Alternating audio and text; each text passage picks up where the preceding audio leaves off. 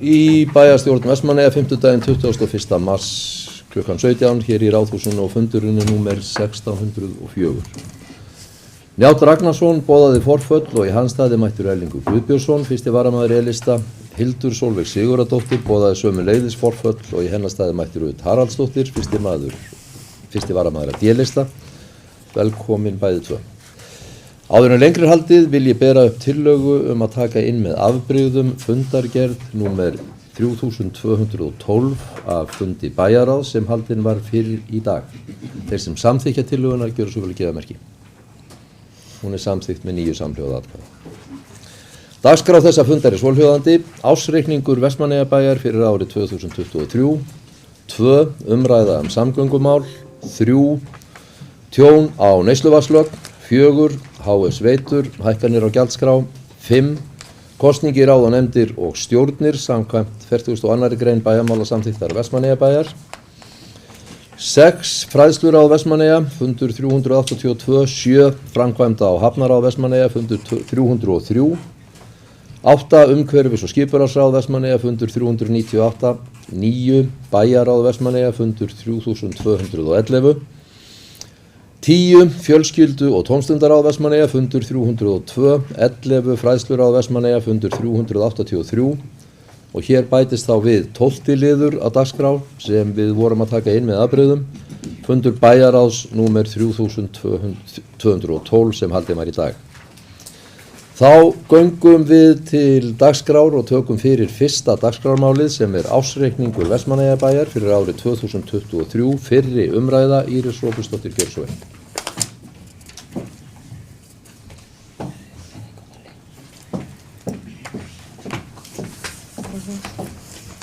Forseti. Ársreikningur Vestmannaeyjabæjar fyrir árið 2023 tilbúinn til endurskoðunar og hér með lagður fram til fyrri umræðu í bæjarstjórn Vestmannaeyja, en fyrir liggur samþykki bæjarráðs og bæjarstjóra á ársreikningnum frá því fyrir í dag. Stefnt að því að taka síðari umræðu ársreikningin þann 11. apríl næstkomandi, samkvæmt 3. og 4. málsgrein 61. greinar sveitarstjórnarlaga. Skal fjalla ársreikningin á 2 fundur bæjarstjórnar. Endurskoðendur sveitarfélagsins fóru yfir ársreikningin í dag í bæjarráði og var öllum bæjarfulltrúum boðið að sitja þann fund undir þeim lið. Rekstrarafkoma sveitarfélagsins árið 2023 var jákvæð rúmar 564 milljónir samkvæmt samstæðureikningi, eða 400 milljón krónum tæplega meira en hafði verið ráð fyrir í fjárhagsáætlun fyrir 2023. Rekstrarniðurstaða A-hluta fyrir afskriftir og fjármagnslið var jákvæð tæplega 410 milljónir króna samanborið við 225 milljónir króna 2022. Rekstrarniðurstaða A-hluta í heild var jákvæð 231 milljón rúma. Eftirfarandi liðir hafa mest áhrif á mismun fjárhagsáætlunar og rekstrarniðurstöðu A-hlutans. Það í fyrsta lagi að skatttekjurnar voru 325 milljónir umfram áætlun, laun voru 281 milljónir umfram áætlun og þar var veikindalaunakostnaður 136 milljónir. Tekjur bæjarsjóðs vegna útsvars og fasteignaskatta eru það bil 320 milljónum hærri en áætlar voru í fjárhagsáætlun fyrir árið 2023. Framlög í jöfnunarsjóði sveitarfélaga eru 207 milljón krónum hærri og tekjur samstæðu og aðrar tekjur samstæðunar eru 910 milljón krónum hærri, muna þar mest Herjólf og höfnina. Á móti kemur að launakostnaður 390 milljón krónum hærri en fjárhagsáætlun gerir ráð fyrir. Laun, fræðslu og uppeldismála voru 150 milljónir rúmar umfram áætlun. Skýringan á hærri launakostnaður einkum tvíþættir. Annars vegar ekki áætlað fyrir veikindalaunum en þau námu 136 milljónum. Stærsti hluti veikindana var í fræðslu og uppeldismálum eða 90 milljónir. Aukin umsvif á höfninni kalla aukin launakostnað en tekjur aukast þar á móti, en svo síðari skýringin almenna launahækkanir samkvæmt kjarasamningi opinberra starfsmanna á hækkun launakostnaðar vegna þeirra sem var ekki gert ráð fyrir nema litlum hluta í áætlun, enda ekki samið fyrir á miðju ári. Lífeyrisskuldbindingin var 136 milljónum umfram áætlun og annar rekstrakostnaður 440 milljónum króna hærri en gert var ráð fyrir. Þar af fór rekstrakostnaður Herjólfs 271 milljón umfram áætlun. Skatttekjur án jöfnunarsjóðs voru rúmar 4.195 milljónir og var þar aukning tæpar 371 milljón milli ára. Skatttekjurnar fóru 323 milljónir umfram áætlun og það fyrst og fremst útsvarstekjur sem voru 291 milljón yfir áætlun, en tekjur sveitarfélagsins eru ávart varlega áætlaðar varðandi útsvarið þar sem við búum í þannig samfélagi, sjávarsamfélagi, þar sem ekki alltaf alveg vitað hvernig hlutinni þróast. Framlög úr jöfnunarsjóði námu 998 milljónum árið 2023 og jukust tæpar 216 milljónir frá fyrra ári. Framlög jöfnunarsjóðs eru 207 milljónum krónum hærri en áætlað hafi verið fyrir og muna þar mestu jöfnunarframlagið og framlag vegna málefna fatlaðs fólks, en það eru 185 milljónir og það var umfram þá áætlun sem sjóðurinn gaf út. Aðrar tekjur skatttekjur samstæði Vestmannaeyjabæjar að undanskildum millifærslum námu tæpum 4 milljörðum, en fjárhagsáætlun gerði ráð fyrir tekjum upp á 3 milljarða og 50 milljónir. Aðrar tekjur voru því rúmum 910 milljón krónum hærri en fjárhagsáætlun gerði ráð fyrir og stór hluti annarra tekna kemur frá Herjólfi eða 2.116 milljónir, en Herjólfur vanmat sínar tekjur 443 milljónir sem inn í þessum 910. Gjöldin, laun og launatengd gjöld námu 4.239 milljónum hjá samstæðinni og launakostnaður var 387 milljónir umfram fjárhagsáætlun, en farið var yfir meginskýringar þess í upphafi framsögunar. Annar rekstrakostnaður nam 3.402 milljónum hjá samstæðinni og fór 438 milljónir umfram áætlun. Stærsti hluti framúrkeyrslunar vegna Herjólfs eða 271 milljón.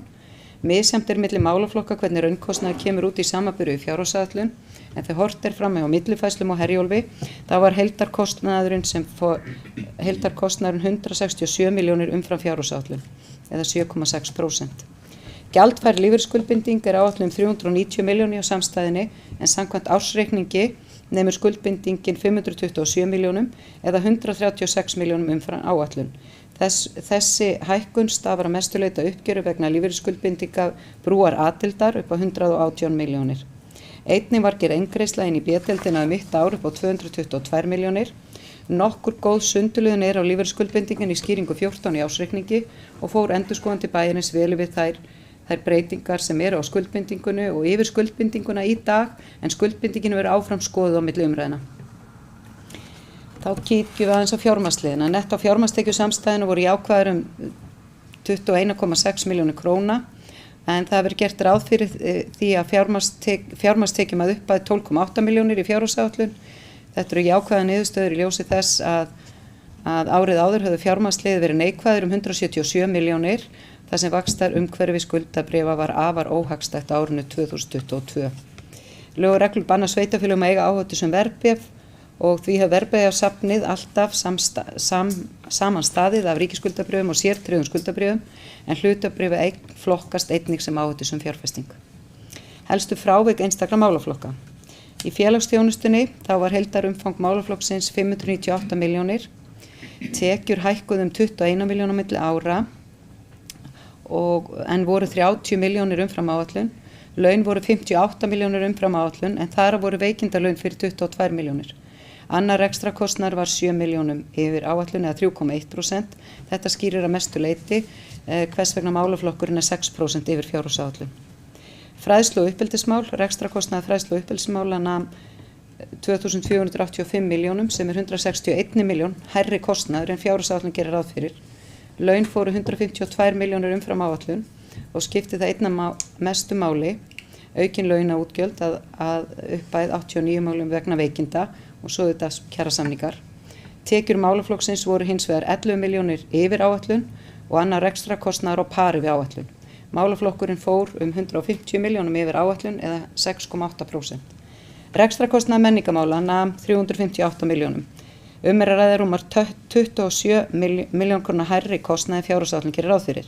Tekjur voru hins vegar 62 milljón króna hærri en áætlað var og því rekstrar afkoma menningamála 35 milljónum betri en áætlað var og það 15% undir í rauninni fjárhagsáætlunni. Niðurstaða æskulýðs- og íþróttamála, það var 626 milljónir og málaflokkurinn 13 milljónum undir áætlun sem 2,1%.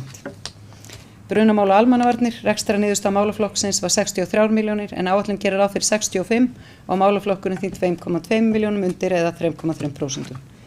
Rekstrarniðurstaða hreinlætismála var 127 milljónir sem 70 milljónir yfir áætlun eða 125%. Skýrist þetta eins og svo oft áður af auknu marki sorplosunar á svæðin okkar hérna út í Hrauni. Við gerðum ráð fyrir 60 milljónum í fjárhagsáætlun til þess að greiða með sorpinu þar en það fór upp í 90 milljónir á svæðin okkar hérna upp frá. Þannig þar komu netto 30 milljónir inn og svo var hærri afsláttur í rauninni inn í fasteignagjöldunum af sorpgjöldunum 19 milljónir og svo voru keyptar sorptunnur sem verða seldar við innleiðingu á nýju kerfi en þær munu falla á milli ára þannig að tekjurnar af þeim kom ekki inn núna, þær kom inn á næsta ári. Skipulags- og byggingamál voru 2,8 milljónum undir áætlun eða 2,1% og rekstrarniðurstaðan 128 milljónir. Rekstrarniðurstaða umferð- og samgöngumála var 84 milljónir króna sem 23 milljónir umfram áætlun eða 38%. Muna það mestu mikinn kostnað við snjómokstur eins og búið var að fara yfir í bæjaráði en hann fór 17 milljónir yfir áætlun á síðasta ári. Umhverfismálin námu 109 milljónir króna og málaflokkurinn á pari. Rekstrarniðurstaða atvinnumála var 29 milljónir eða 90 milljónum lægri en fjárhagsáætlun gerði ráð fyrir eða 40% undir áætlun. Innan þessa málaflokks meðal annars átaksverkefni í tengslum við ferðamál, nýsköpun og uppbyggingu atvinnumála almennt. Framlög til A- og B-hlutasjóða og fyrirtækja námu tæplega 179 milljónum og var það 43 milljónum króna meira en gert var ráð fyrir í fjárhagsáætlun. Framlög til þjónustumiðstöðunar námu 128 milljónum, rétt rúmum 19 milljónum yfir áætlun. Framlög til grjótnámsins voru 15, námu 15,1 milljón sem var eiginlega 15 milljónum umfram áætlun þannig að það komu þarna inn hlutir sem tengjast breytingunni á Laxey og svæðinu og flutningi á efni og svoleiðis sem kemur þarna inn og var ekki búið áætla fyrir. Umfram áætlun voru framlög til vatnsveitunar núna, við erum að standa í allavega málum tengdu vatnsveitunum þannig þar kemur inn ýmis kostnaður með landslögfræðikostnaður, það var 3,4 milljónir sem ekki var áætla fyrir og framlög til félagslega íbúða námu 32 milljónum en það eru 5 milljónir umfram áætlun. Rekstrarniðurstaða sameiginlegs kostnaðar, þar á með rekstur bæjarskrifstofa bæjarstjórnar nam 371 milljón sem 5,4% umfram fjárhagsáætlun eða 19 milljónir og það eru laun sem fara 12 milljónir fram yfir og þar að vera veikindalaun på 6,4 yfir áætlun og annar rekstrarkostnaður 7 milljónum yfir sem eins og kom fram í hádeginu í dag hækkun og sem öðrum rekstrarkostnaði fylgir nú yfirleitt þessum hækkunum á verðlagi. Búið að fjalla breytingar og lífeyrisskuldbindingum og fjármagnsliðar aðeins hérna undan. En bara fara hans yfir það að A-hluti merkir aðalsjóðs sveitarfélagsins, aukanar sjóða og stofnana sem sinna starfsemi sem að hlutaði öllu leyti fjármagnuð af skatttekjum. B-hluti merkir stofnanir sveitarfélaga, fyrirtæki eða aðrar rekstrareiningar sem að hálfu eða meiri hluta eru í eigu sveitarfélaga og eru reknar sem fjárhagslegar sjálfstæðar einingar. Og Herjólfur OHF eitt af því og í október 2023 undirrita Vestmannaeyjabær og Vegagerðin fyrir hönd ríkisins nýjan þjónustusamning ferjusiglingar milli Vestmannaeyja og Landeyjahafnar og Þorlákshafnar sem tók gildi 1. janúar 2024 og gildi til 31. desember 2026 með möguleika á 2 ára framlengingu. Vestmannaeyjaferjan Herjólfur hluti af samstæðinu eins og áður sagði en B-hlutafyrirtæki. Áhrif félagsins á rekstrarniðurstöðu samstæðureiknings Vestmannaeyjabær eru jákvæðar 67 milljónir en voru neikvæðar rúmar 50 milljónir árið 2022. Nú förum hans í efnahaginn. Eignir samstæðuna voru í árslok 23 17.325 milljónir króna og hækkuðu á milli ára 6,9%. Þaraf hækkuðu fasta fjármunir 952 milljónir. Alls námu fjárfestingar og framkvæmdir samstæðunar rúmum 988 milljónum en 509 milljónir eru hjá A-hlutanum. Skuldir og skuldbindingar samstæðu A- og B-hluta námu í árslok 2023 6.225 milljónum. Í lok árs 2023 voru vaxtaberandi skuldir samstæðunar með næsta árs afborgunum 228 milljónir en fyrir A-hlutan 21 miljón. Aðalsjóður mun vera skuldlaus á þessu ári 2024 og Vestmannaeyjahöfn nú þegar orðin skuldlaus. Frá með árinu 2025 munu einu langtímaskuldir sveitarfélagsins liggja í félagslega íbúðakerfinu og stærsti hluti þeirra ber 1% vexti. Lífeyrisskuldbindingarnar eru orðnar mjög háar. Þær eru 4.815 milljónir.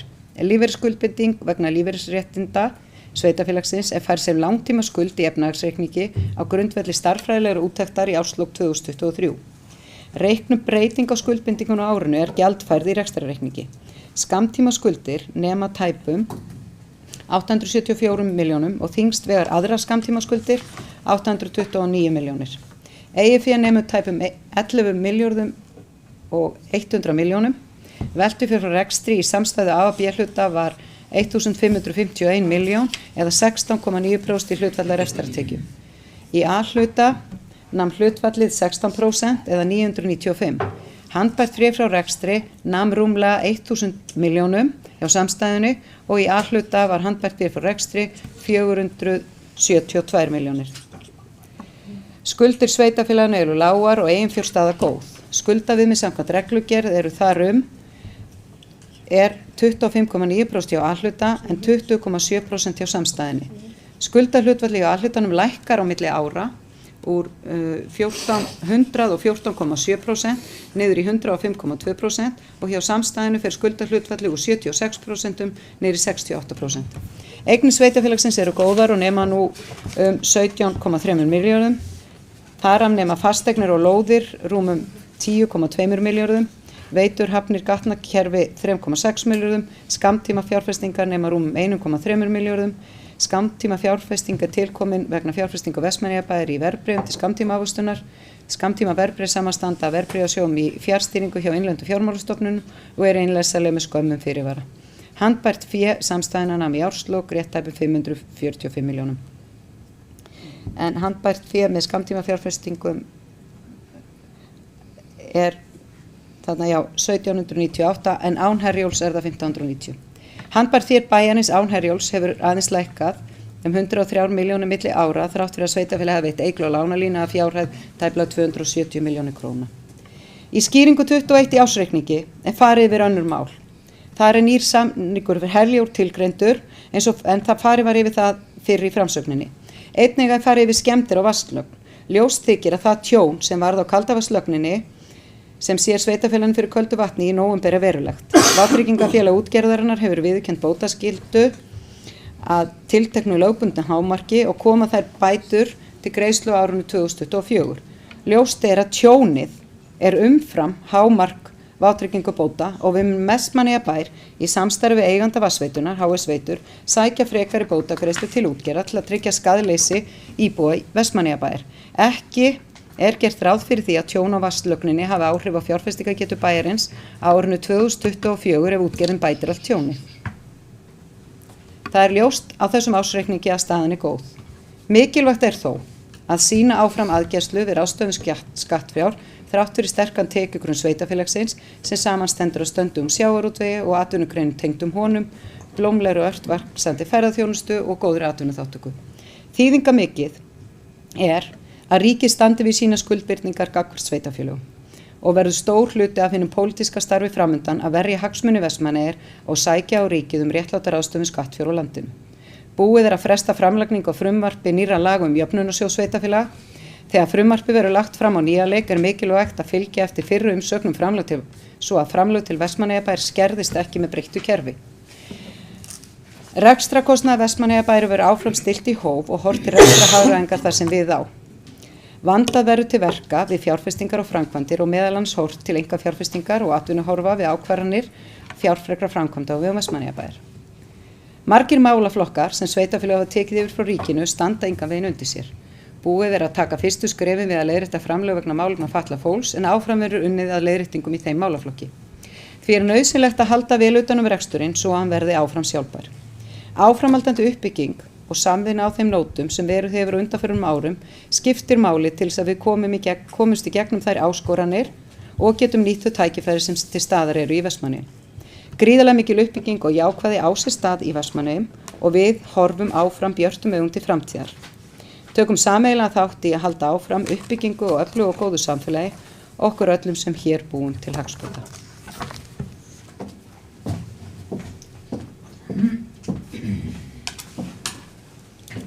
Takk fyrir þetta, Íris Róbertsdóttir. Áður en ég gef orði laust þá les ég svohljóðandi stutta innbókun. Íris Róbertsdóttir bæjarstjóri gerði grein fyrir ársreikningi Vestmannaeyjabæjar fyrir árið 2023 í framsögu.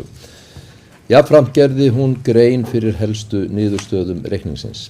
Orðið þá laust og ég vil benda bæjarfulltrúum á að það eru breyttar reglur ræðutíma þar sem ársreikning að ræða.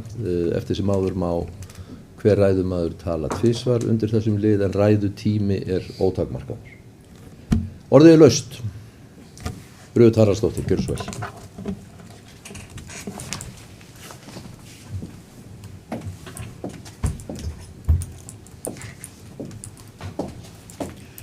Forseti, bæjarfulltrúar, gestir. Ég vil nú byrja á því að þakka starfsfólki Vestmannaeyjabæjar sem kom að vinnu ársreikningsins ásamt endurskoðendum fyrir mikla og góða vinnu. Þrátt fyrir jákvæða niðurstöðu ársreikningsins og mikla tekjuaukningu verðum við ávallt að gæta aðhalds í rekstrinum. Það er aldrei of oft sagt. Búast má við því að árið 2024 verði ekki eins gott ár tekjulega séð þar sem það munar töluvert á útvarpstekjum ef loðnubrestur verður sem virðist í miður vera veruleikinn þennan veturinn. Nýgerð kjarasamningar eiga líka eftir að auka útgjöldin og þjónustuna á margvíslegan hátt. Þrátt fyrir áföll og utanaðkomandi aðstæður sem við ráðum ekki við, þá er Vestmannaeyjabær í mjög öfundsverðri stöðu miðað við flest önnur sveitarfélög vegna þess hver skuldlétt bæjarfélagið er. En næsta árs afborganir langtímalána samstæðunnar eru einungis 29 milljónir og verður A-hlutinn skuldlaus á þessu ári eins og fram hefur komið. Restur sveitarfélagsins er okkar stærsta sameiginlega áskorun og það er því mikilvægt að minna sér reglulega á að við erum að meðhöndla skattfé og annarra manna eigur.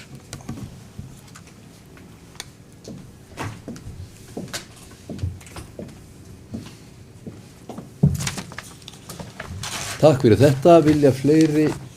Helga Jóhanna Harðardóttir, gjörðu svo vel.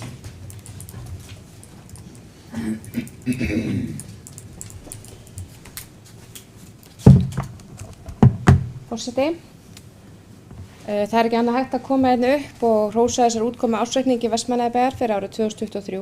Þessi ársreikningur ber merki góða fjármálastjórn sem ætti að vera fyrirmynd fyrir önnur sveitarfélög. Og það voru ýmsar áskoranir sem þurfti að taka mið af og greinilega hefur tekist vel að mæta þeim áskorunum. Og ég vil einnig þakka starfsmönnum sem og endurskoðendum sem stóðu að vinnunni við ársreikningin. Og ég vildi líka koma að framfæri að kynningin sem við bæjarfulltrúar fengum í hádeginu var bara mjög góð og á mannamáli, sérstaklega fyrir fólk eins og mig sem vinnur ekki í fjármálum alla daga. En með leyfi forseta ætla ég að fá að lesa bókun. Niðurstaða Vestmannaeyjabæjar á árinu 2023 er afar góð. Niðurstaða samstæðu bæjarins A og B hluta er jákvæð 564 milljónir króna sem er 400 milljónir króna umfram áætlun og 530 milljónir króna betri en árið á undan. Rekstrarafkoma A hluta er jákvæð 231 milljón króna og 409 milljónir króna fyrir afskriftir og fjármagnsliði sem sýnir að rekstur bæjarins er sjálfbær í erfiðu rekstrarumhverfi sveitarfélaga. Fjárfestingar bæjarins hafa aukist á árinu og þær hafa allar verið fjármagnaðar af eigið fé og ekki hefur komið til lántöku. Undanfarin ár hefur markvisst verið unnið að því að greiða niður skuldir bæjarsjóðs sem gerir það að verkum að skuldastaða bæjarins er töluvert betri en flestra annarra sveitarfélaga. A-hluti, sveitarsjóður, verður skuldlaus við fjármálastofnanir á yfirstandandi ári. Ársreikningurinn endurspeglar vel fjárhagslegan styrk sveitarfélagsins sem er vel í stakk búið að standa undir framtíðar uppbyggingu. Fjármálastjórnun bæjarins er fagleg, vel ígrunduð og með hagsmuni íbúa að leiðarljósi. Framtíðarhorfur samfélagsins eru bjartar. Og undir þetta rita meirihluti bæjarstjórnar.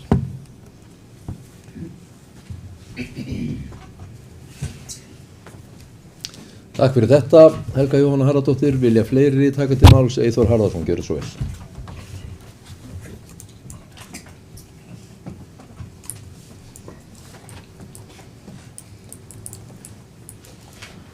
Já, forseti, góðir bæjarfulltrúar. Ég vil byrja bara að þakka þessi bæjarstjóra Róbertsdóttur fyrir ágæta yfirferð með ársreikninginn og auk starfsmanna bæjarfélagsins sem hafa unnið að sjálfsögðu gott starf.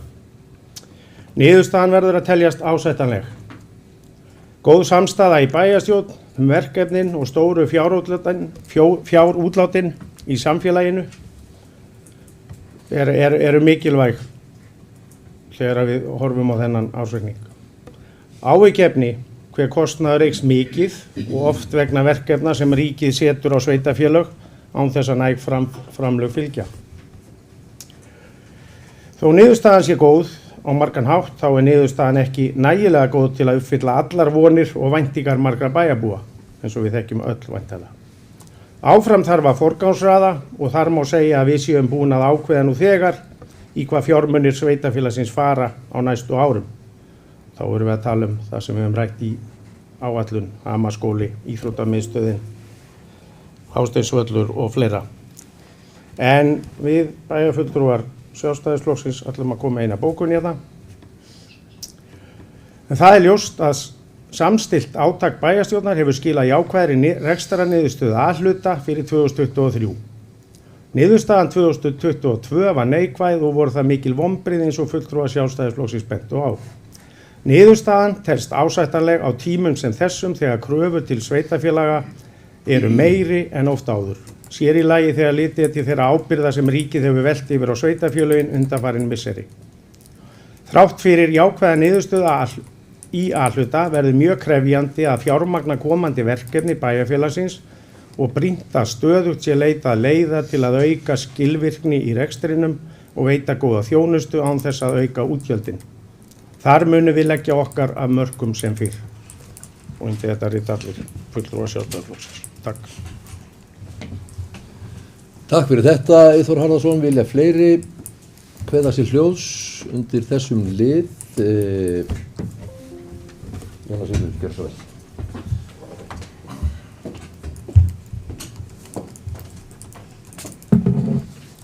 Forseti, eins og aðrir þá vil ég þakka starfsfólki fyrir mikla og góða vinnu sem að baki er. Rekstrarniðurstaða sveitarfélagsins er afar góð og megum við bæjarfulltrúar vera stolt af henni og sérstaklega ljósi þess erfiðar rekstrarumhverfi sem að sveitarfélög eru að glíma við nú á okkar tímum. Og A-hluti sveitarfélagsins er að verða skuldlaus og ekki hefur verið stofnað til nýrra skulda þrátt fyrir þær fjárfestingar sem farið var í á árinu. Framundan eru mjög spennandi verkefni á sveitarfélaginu og sýnir ársreikningur berlega styrk til að fara í þau verkefni. Áfram þurfum við að vanda okkur og ég lít björtum augum til framtíðarinnar. Og vil bara taka undir með bæjarfulltrúa Eyþóri Harðarsyni að samstarfið er gott og bara skiptir öllu máli fyrir sveitarfélagið og íbúa samfélagsins okkar að við séum að vinna þetta saman á sömu nótum.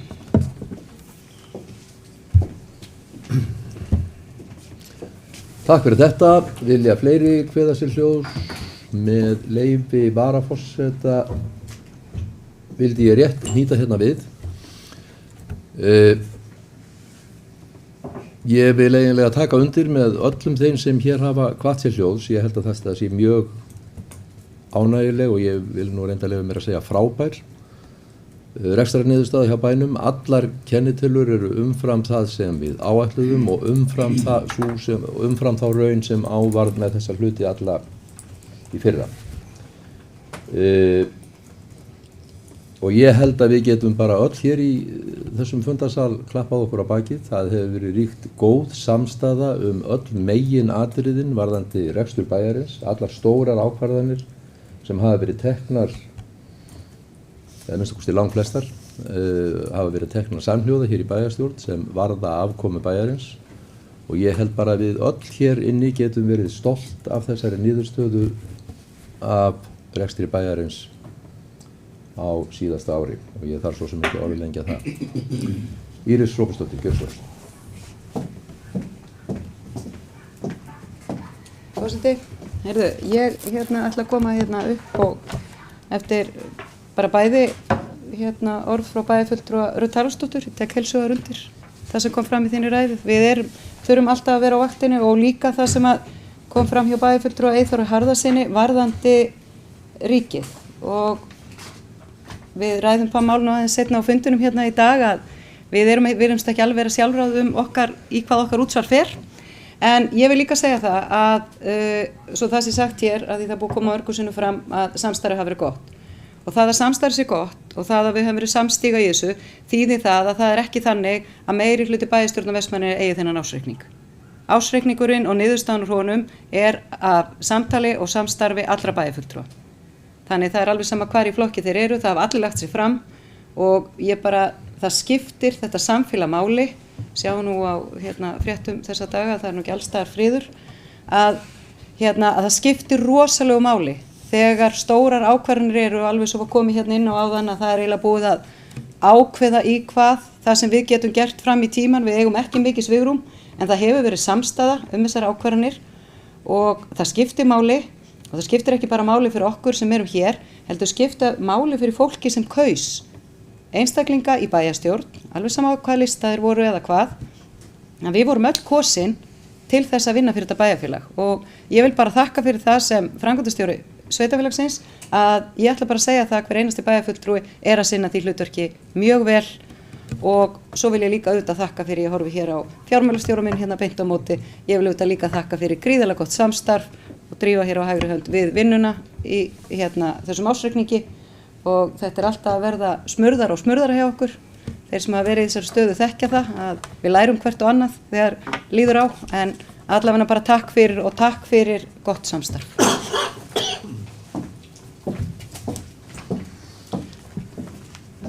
Takk fyrir þetta. Fleiri hafa ekki hvatt sér hljóðs undir þessum lið og þá ber ég upp niðurstöðutölur úr ársreikningi Vestmannaeyjabæjar og stofnana hans fyrir árið 2023 og hefst nú lesturinn því að hann er dálítið langur. A. Ársreikningur sjóða í A-hluta 2023, afkoma fyrir fjármagnsliði jákvæð 176.276.000.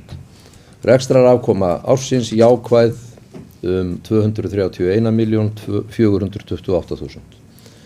Niðurstaða efnahagsreiknings eru 14.402.948.000 og eigið fé eru 8.138.832.000 krónur. Samstæða Vestmannaeyjabæjar afkoma fyrir fjármagnsliði var jákvæð 542.471.000. Rekstrarafkoma ársins jákvæð 564.108.000. Niðurstaða efnahagsreiknings jákvæð 17.325.368.000 krónur og eigið fé eru 11.100.293.000 krónur. B. Ársreikningur Hafnarsjóðs Vestmannaeyja 2023 afkoma fyrir fjármagnsliði var jákvæð 205.726.000. Rekstrarafkoma ársins var jákvæð 230.026.000. Niðurstaða efnahagsreiknings eru 2.647.997.000 krónur og eigið fé eru 2.423.721.000 krónur. C. Ársreikningur félagslegra íbúða 2023 afkoma fyrir fjármagnsliði 18.438.000. Rekstrarafkoma ársins 0. Niðurstaða efnahagsreiknings 903.140.000. Eigið fé neikvætt 50.568.000. D. Ársreikningur fráveitu Vestmannaeyja 2023 afkoma fyrir fjármagnsliði 94.282.000. Rekstrarafkoma ársins 66.850.000. Niðurstaða efnahagsreiknings 730.518.000. Eigið fé krónur 477.892.000. E. Ársreikningur vatnsveitu 2022 afkoma fyrir fjármagnsliði 0, rekstrarafkoma ársins 0, niðurstaða efnahagsreiknings 320.000.000, eigið fé 0. F. Ársreikningur Vestmannaeyjaferjunnar Herjólfs OHF fyrir 2023 afkoma fyrir fjármagnsliði 55.360.000, rekstrarafkoma ársins jákvæð 67.534.000 og niðurstaða efnahagsreiknings 470.936.000. Eigið fé 268.354.000 krónur. G. G. Ársreikningur Náttúrustofu Suðurlands 2023, afkoma fyrir fjármagnsliði neikvæð 9.930.000. Rekstrarafkoma ársins neikvæð 9.930.000, niðurstaða efnahagsreiknings 17.896.000, eigið fé 16.833.000 krónur. H. Ársreikningur Eyglóar eignarhaldsfélags EHF 2023, afkoma fyrir fjármagnsliði 2.320 krónur. Rekstrarafkoma ársins neikvæð 21.800.000, niðurstaða efnahagsreiknings krónur 612.162.000, eigið fé neikvætt 24.272.000 krónur. Ég geri að tillögu minni að vísa ársreikningi Vestmannaeyjabæjar og stofnana hans fyrir árið 2023 til síðari umræðu bæjarstjórnar og til endurskoðunar. Orðið laust tillöguna. Enginn kveður sér hljóðs hana, þá ber ég þetta undir atkvæði. Þeir bæjarfulltrúar sem samþykkja þessa tillögu gjöru svo vel að gefa merki. Hún samþykkt með 9 samhljóða atkvæðum. Þá tekið fyrir dagskrárliður þessa fundar númer 2, umræða samgöngumál. Íris Róbertsdóttir, gjörðu svo vel.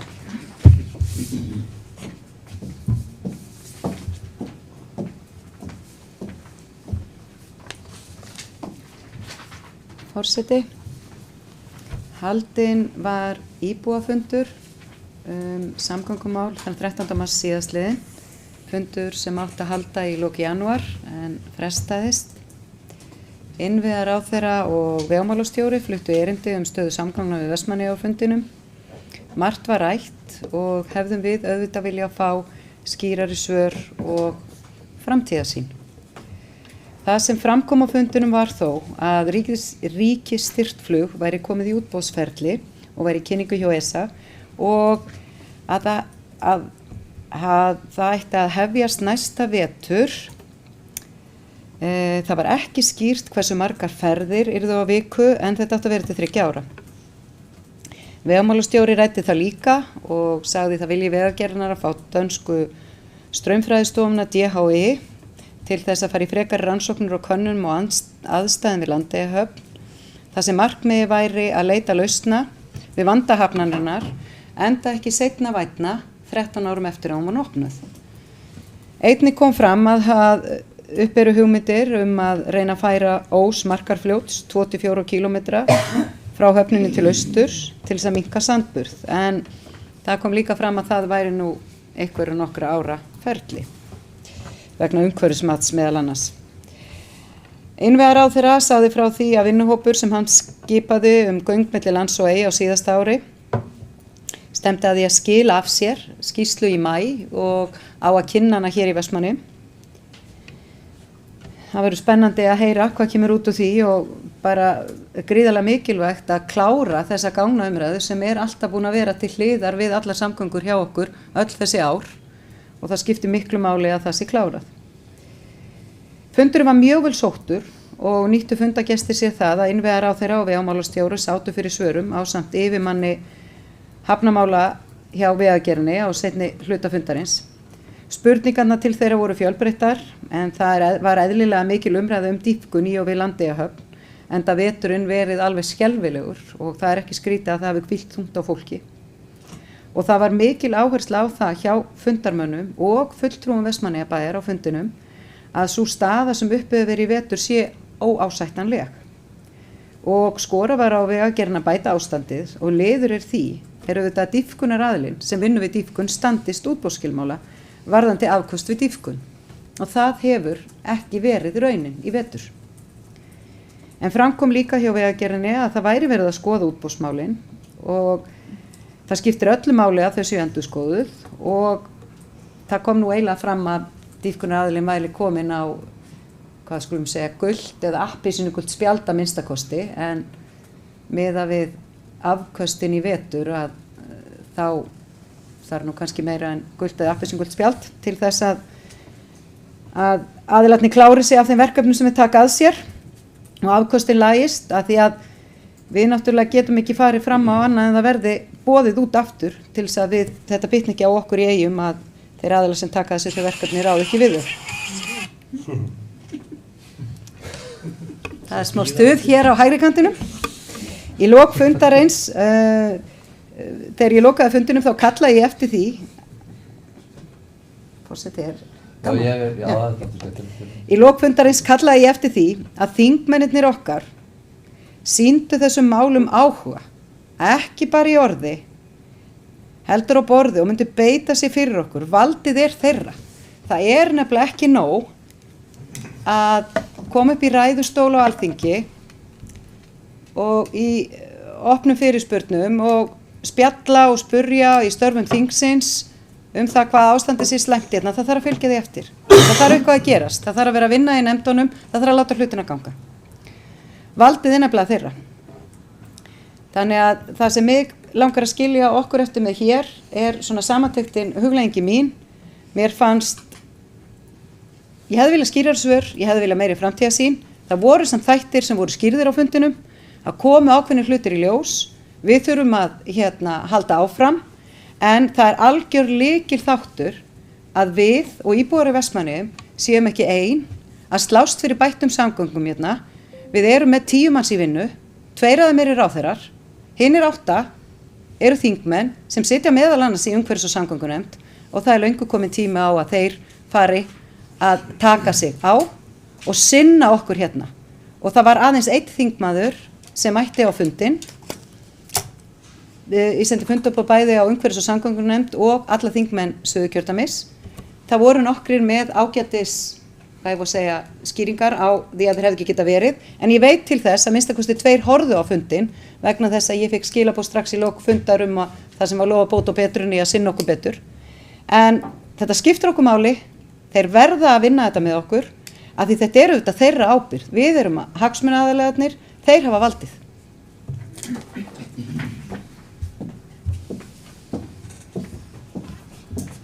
Takk fyrir þetta, Íris Róbertsdóttir, og áður en ég gef orðið laust þá les ég eftirfarandi innbókun. Haldinn var íbúafundur samgöngumál þann 13. mars síðastliðinn. Innviðaráðherra og vegamálastjóri fluttu erindi stöðu samgangna við Vestmannaeyjar. Fram kom á fundinum að ríkisstyrkt flug komið í útboðsferli og hefst það næsta vetur og útboðið var til 3 ára. Vegagerðin vill að danska straumfræðistofan DHI verði fengin til frekari rannsókna og könnunar á aðstæðum í Landeyjahöfn. Einnig kom fram að hugmyndir eru upp það hjá Vegagerðinni að færa Ós Markarfljóts 24 km frá höfninni til austurs til að minnka sandburð. Ráðherra skipaður vinnuhópur göng milli lands og eyja starfandi og stefnir hópurinn á að skila af sér í maí. Fundurinn var mjög vel sóttur og nýttu fundargestir sér það að innviðaráðherra og vegamálastjóri sátu fyrir svörum. Seinni hluta fundarins ásamt yfirmanni hafnarmála hjá Vegagerðinni. Mikil umræða var dýpkun í og við Landeyjahöfn og þung áhersla lögð á það hjá fundarmönnum og fulltrúum Vestmannaeyjabæjar að sú staða sem uppi var í vetur sé ekki ásættanleg. Skora var á Vegagerðinni að bæta ástandið en liður í því að dýpkunaraðilinn standist útboðsskilmála varðandi afköst við dýpkun. Fram kom hjá Vegagerðinni að verið væri að skoða útboðsmálin. Bæjarstjórn fundaði með ráðherra og vegamálastjóra fyrir fundinn og kom vel á framfæri þeim kröfum og áhyggjum sem íbúar í eyjum hafa af samgöngum. Nú orðið laust þennan dagskrárlið. Helga Jóhanna Harðardóttir, gjörðu svo vel.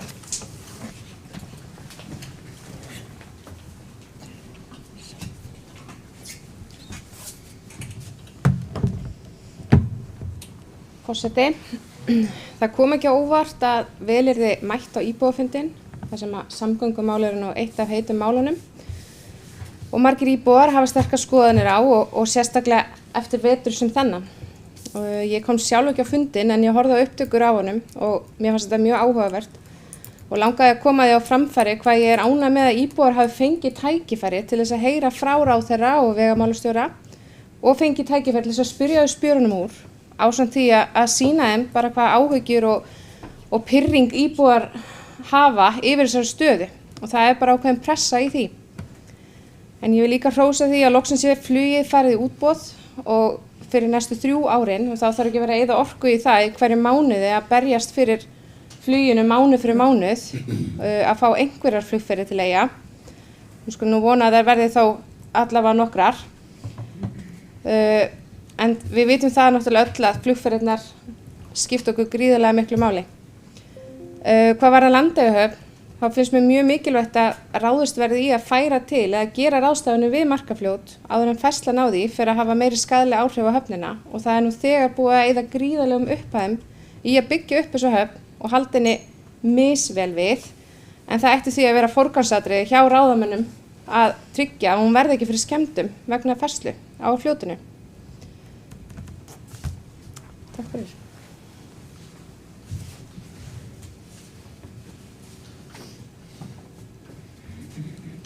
Takk fyrir þetta. Helga Jóhanna Harðardóttir, vilja fleiri taka til máls? Eyþór Harðarson, gjörðu svo.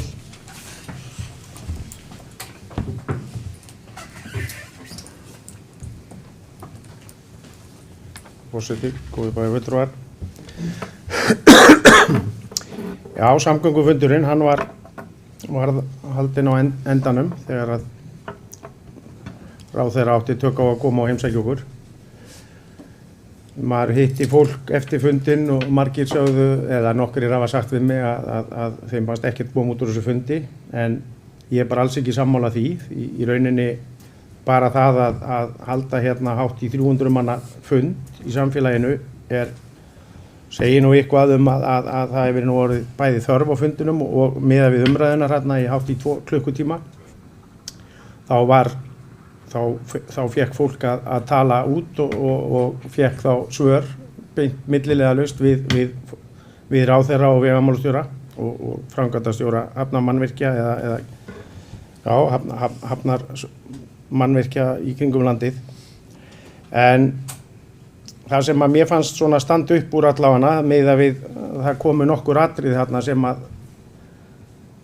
að mér fannst svo sem að góð skilaboð, það var það að vegamálastjóri væri að vinna í því að undirbúa ríkisstyrkt flug til fyrir 3 ár, næsta vetur og þá 3 vetur í röð.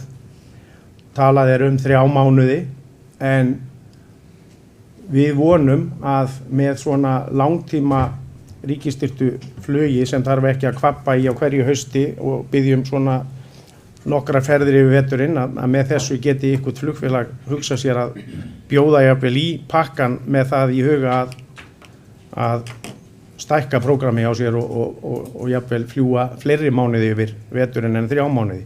En þarna fékkst viðurkenning á því að Landeyjahöfn, sem að var áður ástæðan fyrir því að það var ekki hægt að ríkisstyrkja flug til Vestmannaeyja, var að það væri bara ríkisstyrkt ein leið til hvern áfangastaðar og það væri þá Herjólfur í þessu tilviki.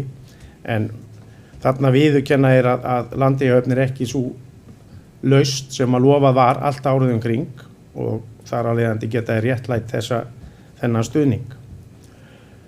Eins og kom fram hér áðan hjá að með minni frá Írisi Róbertsdóttir bæjarstjóra að straumfræðistofan DHI mun koma væntanlega á vegum Vegagerðarinnar til að þróa og mæla strauma í kringum höfnina.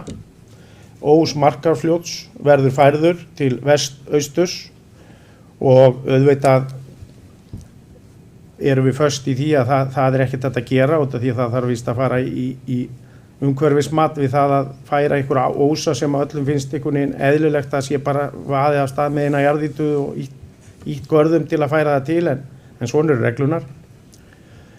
Það sem að í rauninni mér fannst mjög áhugavert að heyra frá sérfræðingi Vegagerðarinnar var að við horfum hér reglulega á svona myndir af görðum koma hérna út frá Landeyjahöfn í PowerPoint sjóum á Facebook síðum sumra sérfræðinga Vestmannaeyja að setja einn garð út yfir rifið og þar með yrði öll vandamál leyst og allir hafnargerðar menn eða sérfræðingar í hafnargerð segja að nauðsynlegt sé að svona garðar séu symmetrískir eða spegil. Það þarf að koma báðir eins út á rifin og ég vona bara að og það kom fram á þessu fundi og ég vona bara að menn svona, fara að trúa því að þetta ekki svo einfalt að þetta sé bara að koma út einhverjum garði hérna 100-150 metra út einum garði, því að þá myndi væntanlega færast bara fjaran út eins og menn hafa verið að gera, menn hafa séð þarna við Vík í Mýrdal, hvernig menn hafa búið til fjöruna bara út með því að lengja garða út. Það sem að maður auðvitað verður að viðurkenna bara náttúran við suðurströndina, hún ekkert eðlilega erfið og það ekkert nóg að segja bara að einhverjir hafa staðið sér illa í þessu máli. Þetta bara var tilraun sem að tókst bara því miður ekki eins vel eins og maður vonaði að þetta yrði heilsársöfn, en við megum ekki gleyma því hvurslags bylting þetta var fyrir Vestmannaeyjar þessa 7, 8, 9 mánuði á ári sem Landeyjahöfn er. En jarðgöngin eru náttúrulega eina raunhæfa lausnin til framtíðar fyrir okkur Eyjamenn og maður bindur bara vonir við að það verði jákvæð útkoma áframhald þeirra umræðu í þeirri nefnd sem að störfum til að hanna möguleika á jarðgöngum á vegum samgönguráðuneytisins, samgönguráðherra. Takk fyrir.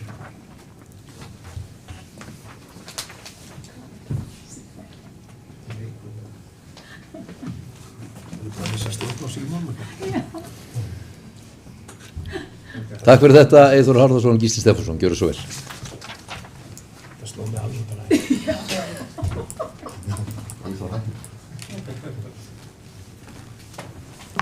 Forseti, bæjarfulltrúar, þessi fundur sem að við áttum hérna saman með ráðherra og fulltrúum Vegagerðarinnar og var bara, já, ég tek bara undir það sem hefur komið hérna fram. Hann var að vissu leyti var það bara algjörlega frábært að fá þetta til þess að aðeins kannski að hreinsa loftið og fólk geti talað. En í mínum huga var hann hins vegar líka vonbrigði fyrir leitinu til að það var fullt af hugmyndum í gangi en það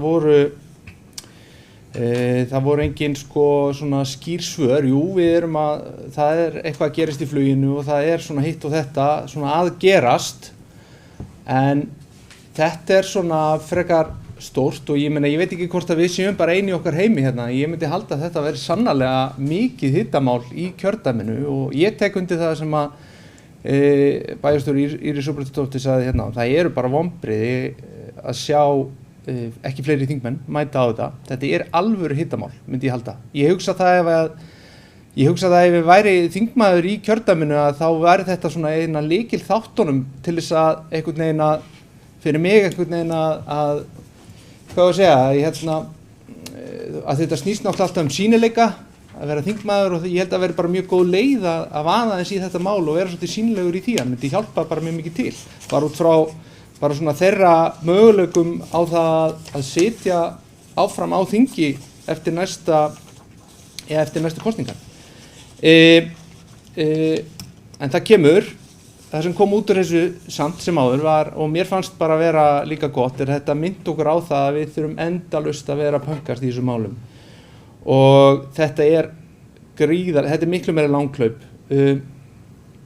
Og ég verð að segja það en á móti kemur að þeir sem að koma að þessu hérna okkar megin, vil ég bara þakka fyrir að reka þetta verkefni af stað, þar að segja þennan fund og einmitt fyrir fólk að geta aðeins svona pústað. Það var bara mjög ánægilegt. Takk.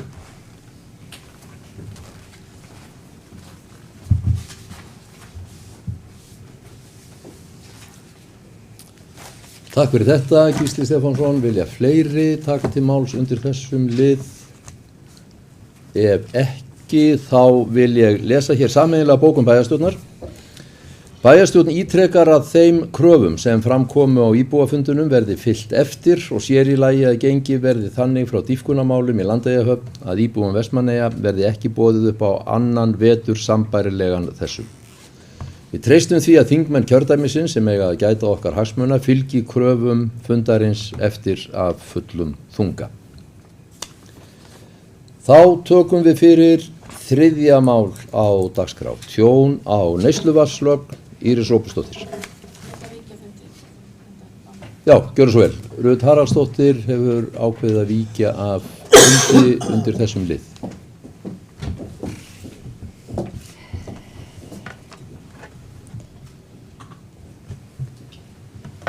Forseti, Við höfum ansi oft rætt þetta mál, bæði hér í bæjarráði og í bæjarstjórn.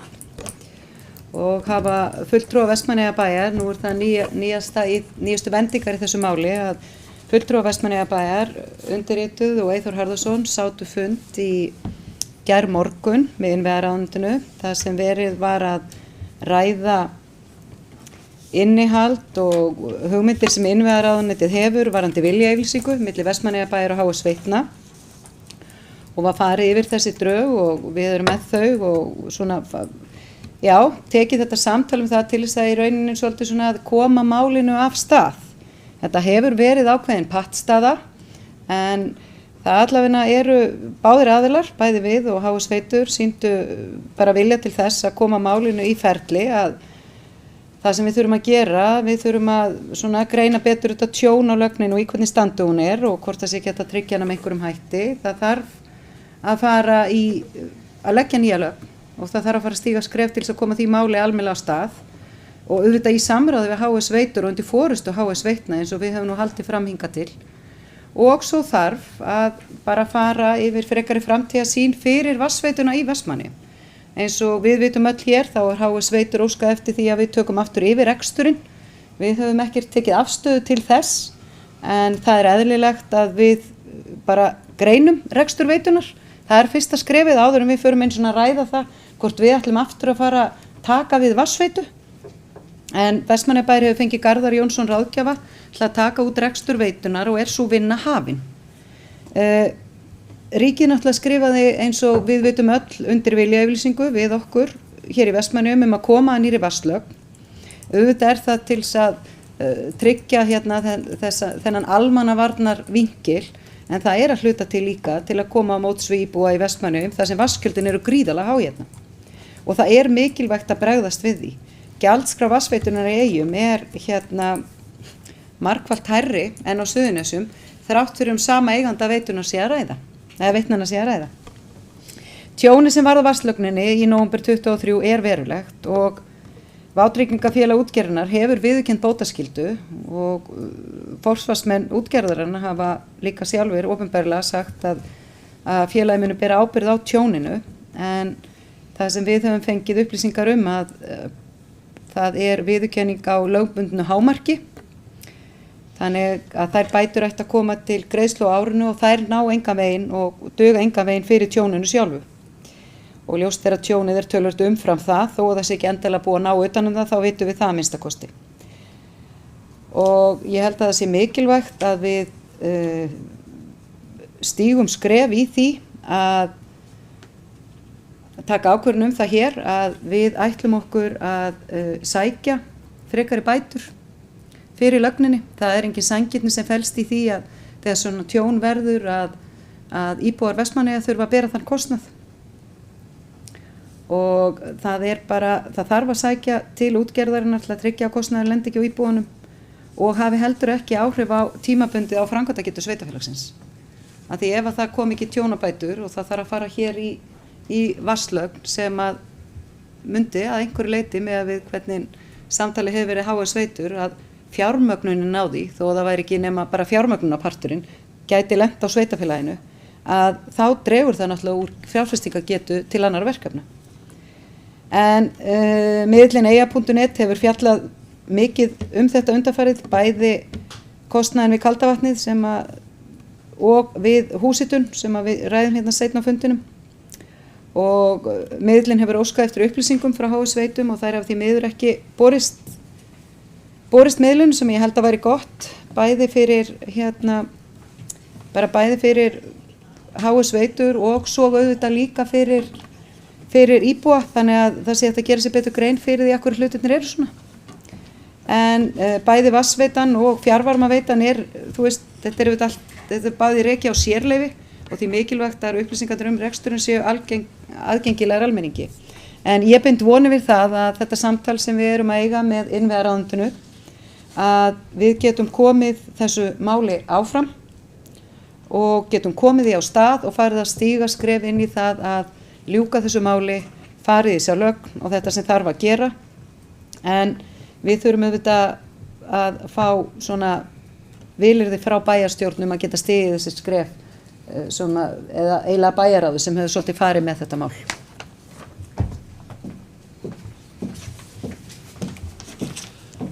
Takk fyrir þetta, Íris Róbertsdóttir. Eyþór Harðarson, gjörðu svo vel.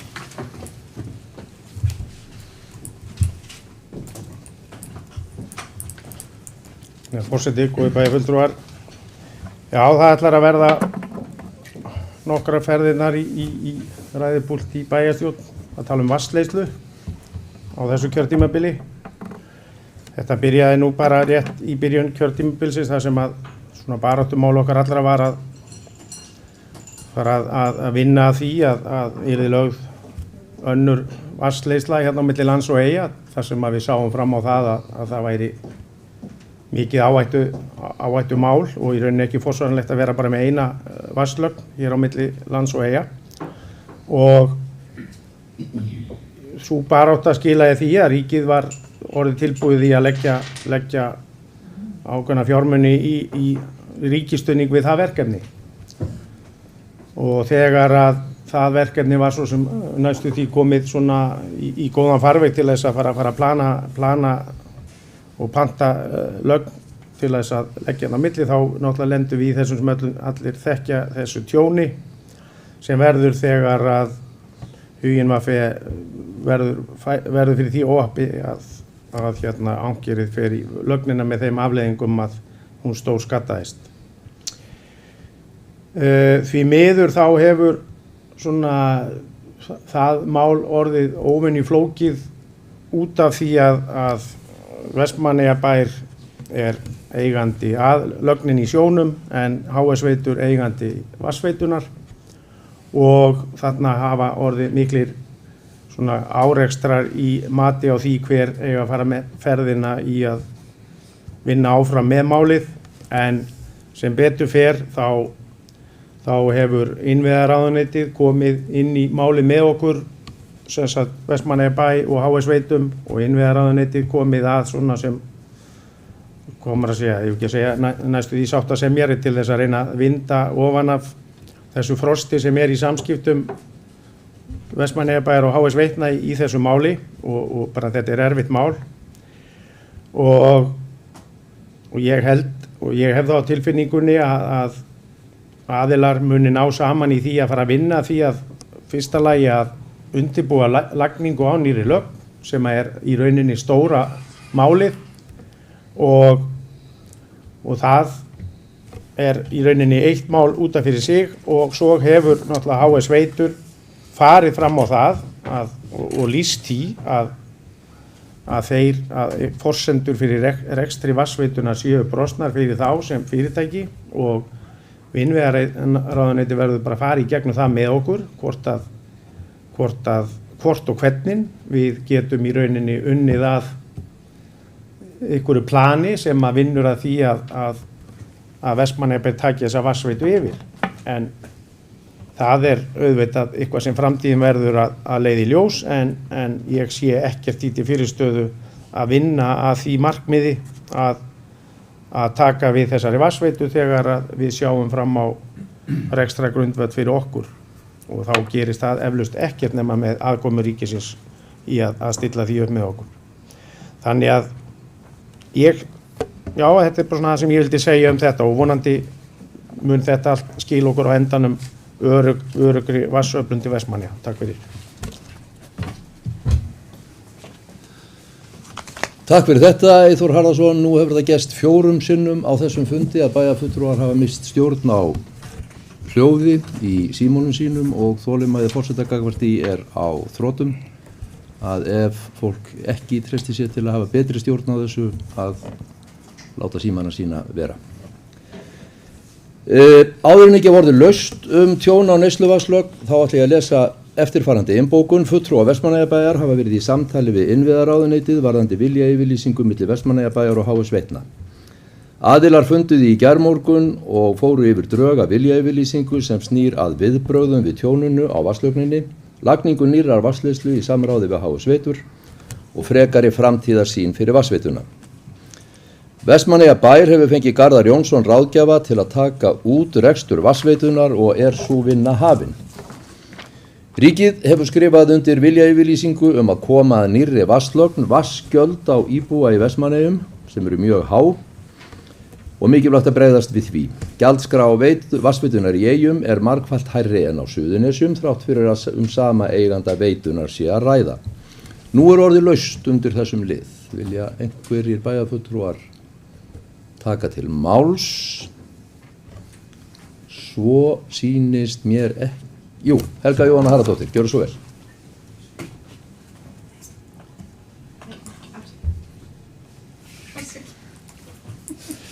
Helga Jóhanna fellur frá orðinu. Þá hafa fleiri ekki hvatt sér hljóðs undir þessum lið og ætla ég að bera hér upp fyrir bæjarstjórn 2 tillögur. Sú fyrri svohljóðandi. Tjón sem varð á vatnslögninni í nóvember 2023 verulegt. Vátryggingarfélag útgerðarinnar hefur viðurkennt bótaskyldu að tilteknu lögbundnu hámarki og koma bætur til greiðslu á árinu 2024. Ljóst að tjónið umfram hámark vátrygingabóta. Bæjarstjórn samþykkir að leitast við í samstarfi við HS Veitur, eiganda vatnsveitunar, að sækja frekari bótagreiðslur til útgerðarinnar til að tryggja skaðleysi íbúa Vestmannaeyjabæjar vegna tjónsins. Nú orðið laust þessa tillögu. Ef enginn kveður sér hljóðs þá ber ég hana undir atkvæði. Þeir bæjarfulltrúar sem eru samþykkir þessari tillögu gjöra svo vel að gefa merki. Tillagan samþykkt með 8 samhljóða atkvæði. Önnur tillagan svohljóðandi. Bæjarstjórn felur bæjarráði að ganga frá viljayfirlýsingu við HS Veitur byggða á drögum sem liggja fyrir frá innviðaráðuneytinu og snúa að áframhaldandi vinnu vegna tjóns á vatnslögninni. Lagningu nýrrar vatnsleiðslu í samráði við HS Veitur og frekari framtíðarsýn fyrir vatnsveituna. Mikilvægt að vinnan gangi hratt og vel. Orðið laust tillöguna. Enginn kveður sér hljóðs. Þeir bæjarfulltrúar sem eru samþykkir þessari tillögu gjöra svo vel að gefa merki. Hún samþykkt með 8 samhljóða atkvæðum. Þá geri ég ráð fyrir að Rut Haraldsdóttir taki sæti á fundunum að nýju. Gjörðu svo vel. Þá tökum við fyrir 4. dagskrárliðinn. HS Veitur, hækkanir á gjaldskrá. Íris Róbertsdóttir, gjörðu svo vel.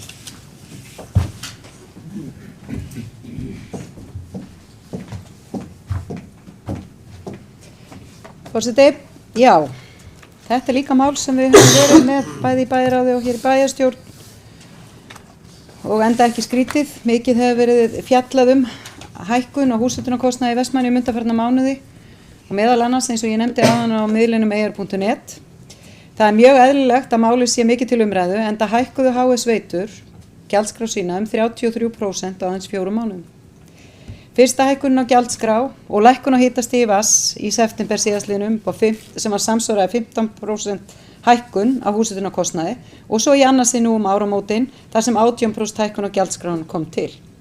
Þessar hækkanir eru óskiljanlegar og gríðarlega ósanngjarnt gagnvart íbúum í Vestmannaeyjum og samræmast engan veginn byggðastefnu ríkisins jöfnun á húshitunarkostnaði. En þessar hækkanir eru ekkert bara í einhverju tómarúmi á HS Veitum. Þeir eru eins og ég gat áðan sérleyfishafi og þeir þurfa að sækja til Orkustofnunar og til Orkumálaráðuneytisins í rauninni leyfi til þess að breyta gjaldskrá og það gerðu þeir og þessir aðilar hafa báðir staðfest ræddarhækkanir og gefið fyrirtækinu leyfi til þess að hækka gjaldskrána. Það kom núna áramótin niðurgreiðsla. Það hækkaði úr tæpum 150 krónum sem það var í september og fór upp í 201 krónu rúma núna 1. janúar niðurgreiðslan en hún heggur bara skatt. Niðurgreiðslukerfið sem utan niðurgreiðslu á húshitunarkostnaði náttúrulega ekki lengur að virka og virkar ekki fyrir okkur sem búum í þessu fjarvarmaveitu umhverfi.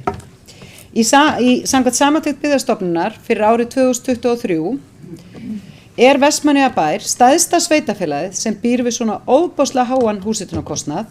Það eru 3 önnur sveitarfélög fyrir ofan okkur og það allt töluvert minni einingar.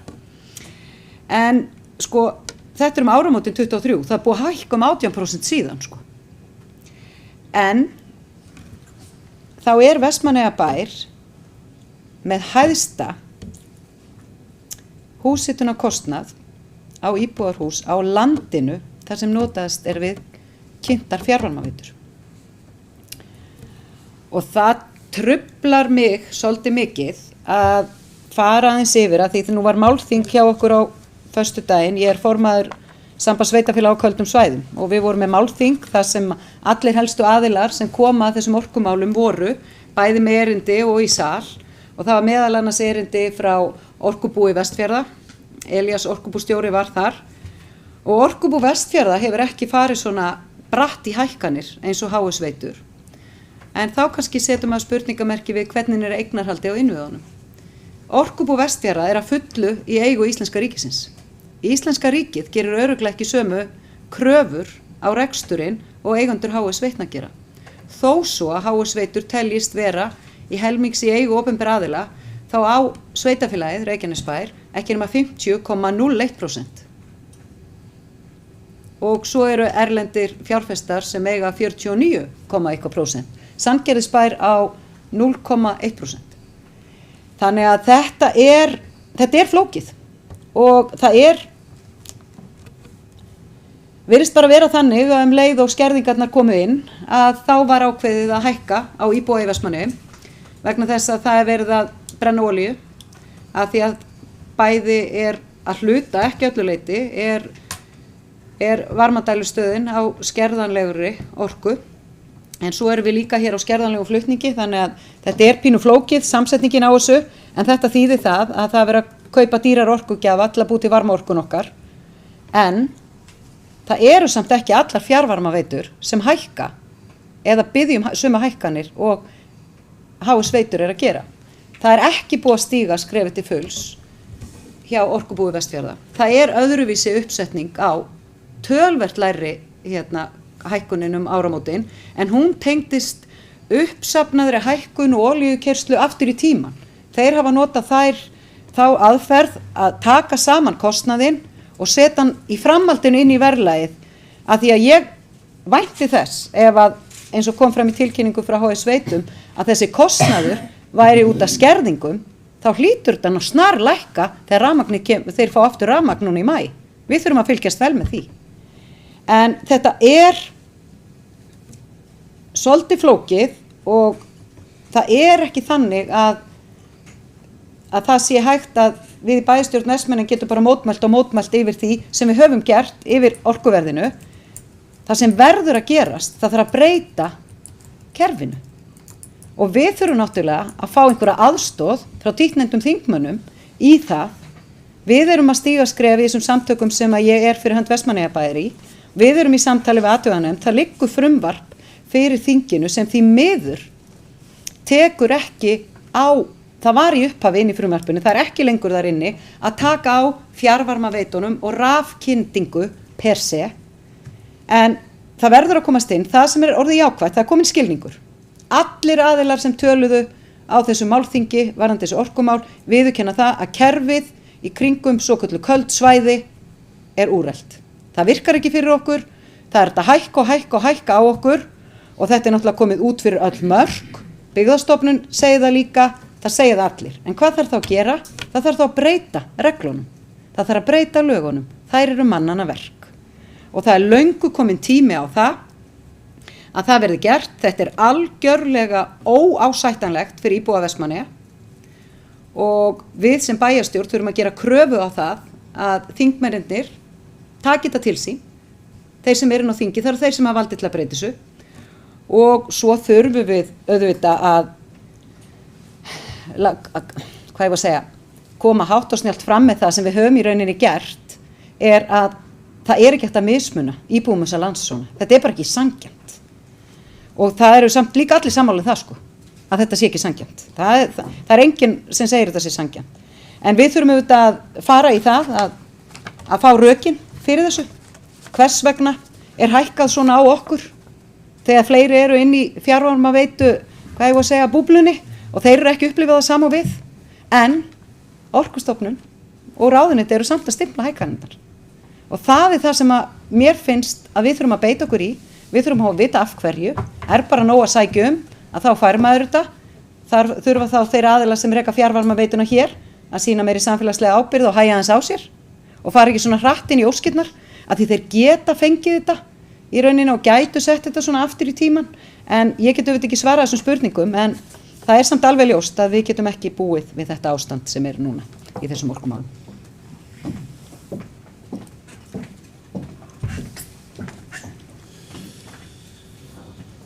Takk fyrir þetta. Íris Róbertsdóttir, áður en ég gef orðið laust þá les ég eftirfarandi innbókun. Mikið hefur verið fjallað hækkun á húshitunarkostnaði í Vestmannaeyjum undanfarna mánuði, enda hækkuðu HS Veitur gjaldskrána 33% á 4 mánuðum. Fyrst var hækkun á gjaldskrá og lækkun á hitastigi vatns í september síðastliðnum sem samsvaraði 15% hækkun á húshitunarkostnaði og svo í annað sinn áramótin þar sem 18% gjaldskrárhækkun kom til. Orkustofnun og orkumálaráðuneyti staðfestu umræddar hækkanir. Samkvæmt samantekt Byggðastofnunar fyrir árið 2023 er Vestmannaeyjabær stærsta sveitarfélagið sem býr við svo háan húshitunarkostnað sem hefur hækkað enn frekar frá því að sú samantekt var gerð. Þá er Vestmannaeyjabær með hæsta húshitunarkostnað á landinu þar sem notast er við rafkynntar fjarvarmaveitur. Orðið er laust undir þessum lið. Helga Jóhanna Harðardóttir, gjörðu svo vel.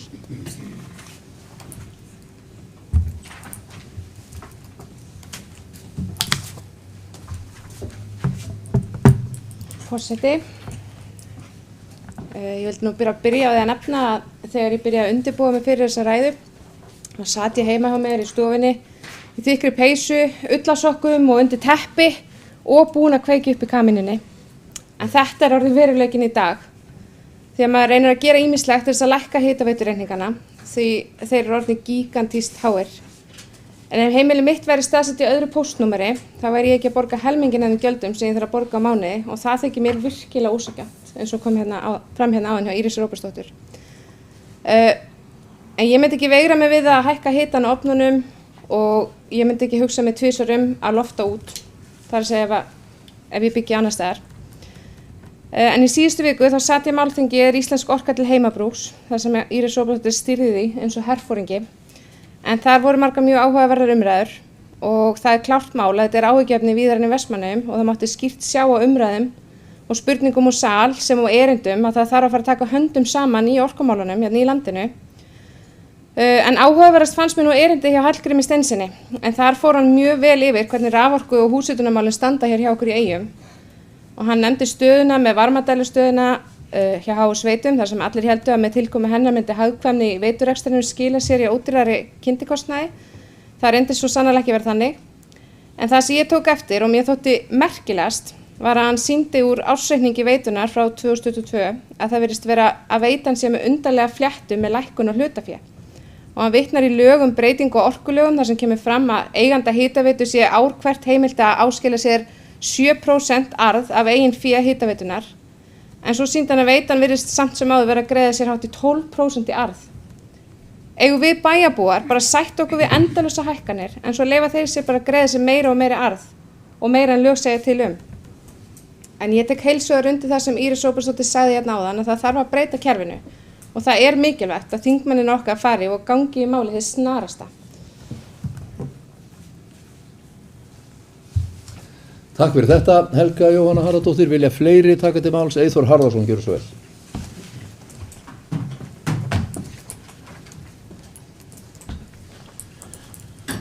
Forseti, góðir bæjarfulltrúar. Já, húshitunarkostnaður hefur verið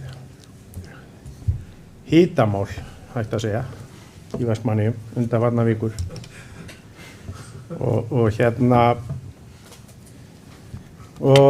það var nú síðasta sumar, nánar tiltekið einhvern tíðan í byrjun júlí, sem við bæjarfulltrúar fengum kynningu á rekstri hitaveitunar inn í HS Veitum, þar sem að forstjórinn fór yfir reksturinn og með svona í þeim tilgangi að útskýra fyrir okkur hvað þetta væri mikill taprekstur og þörf á hækkunum.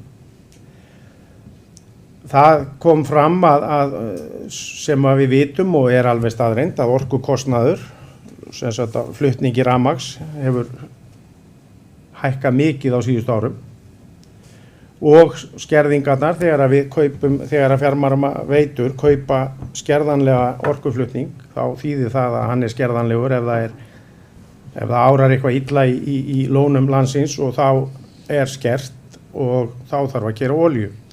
Og það kom fram, ef ég man rétt, ykkur á 300 milljón króna sem notuð var að keypt olía til þess að keyra þessa hitaveitu hérna í Vestmannaeyjum vegna skerðinga. En gott og vel, það er hægt að segja okkur í rauninni hvað sem er. Við verðum að treysta því að allt sé rétt sem okkur er sagt. En það sem að ég hef lært í þessu ferli sem að við höfum verið í þessar umræðu er að það er hægt að gera ýmislegt. Íbúar sjálfir geta svo sem alveg aðeins svona tekið á sig aðeins að fara að hugsa og læra að lesa reikningana og læra að stilla hreinlega bara ofnana heima hjá sér. Því að þar er eflaust eitthvað af krónum sem hægt er að taka bara sjálfur á, svona, ef maður er að hugsa heimilisbókhaldið, því að ég hef áriði var við það að það er bara allt og margir sem að vita bara ekkert út á það hvernig þetta gengur að hita húsið sitt.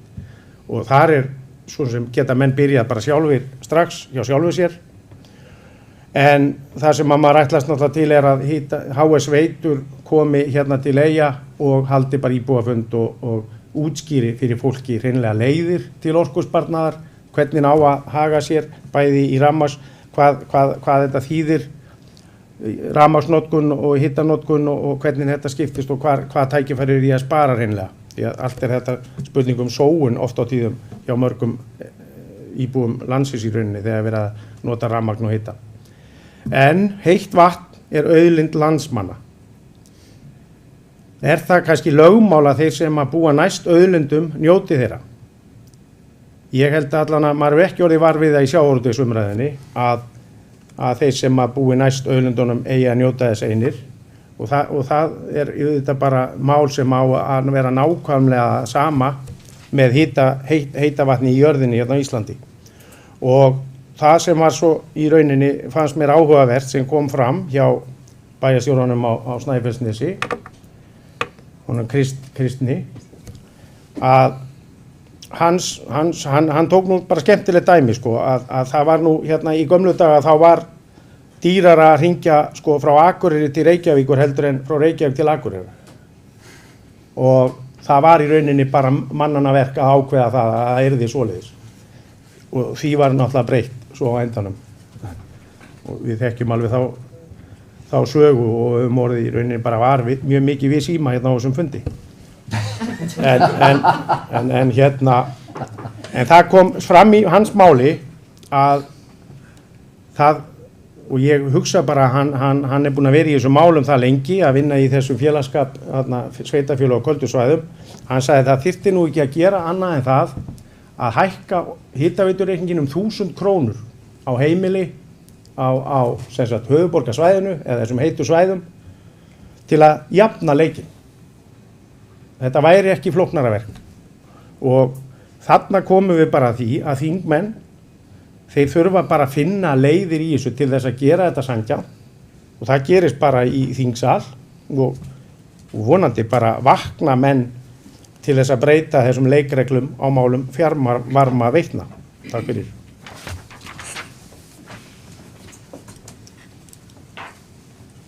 Takk fyrir þetta, Eyþór Harðarson, Gísli Stefánsson, gjörðu svo vel.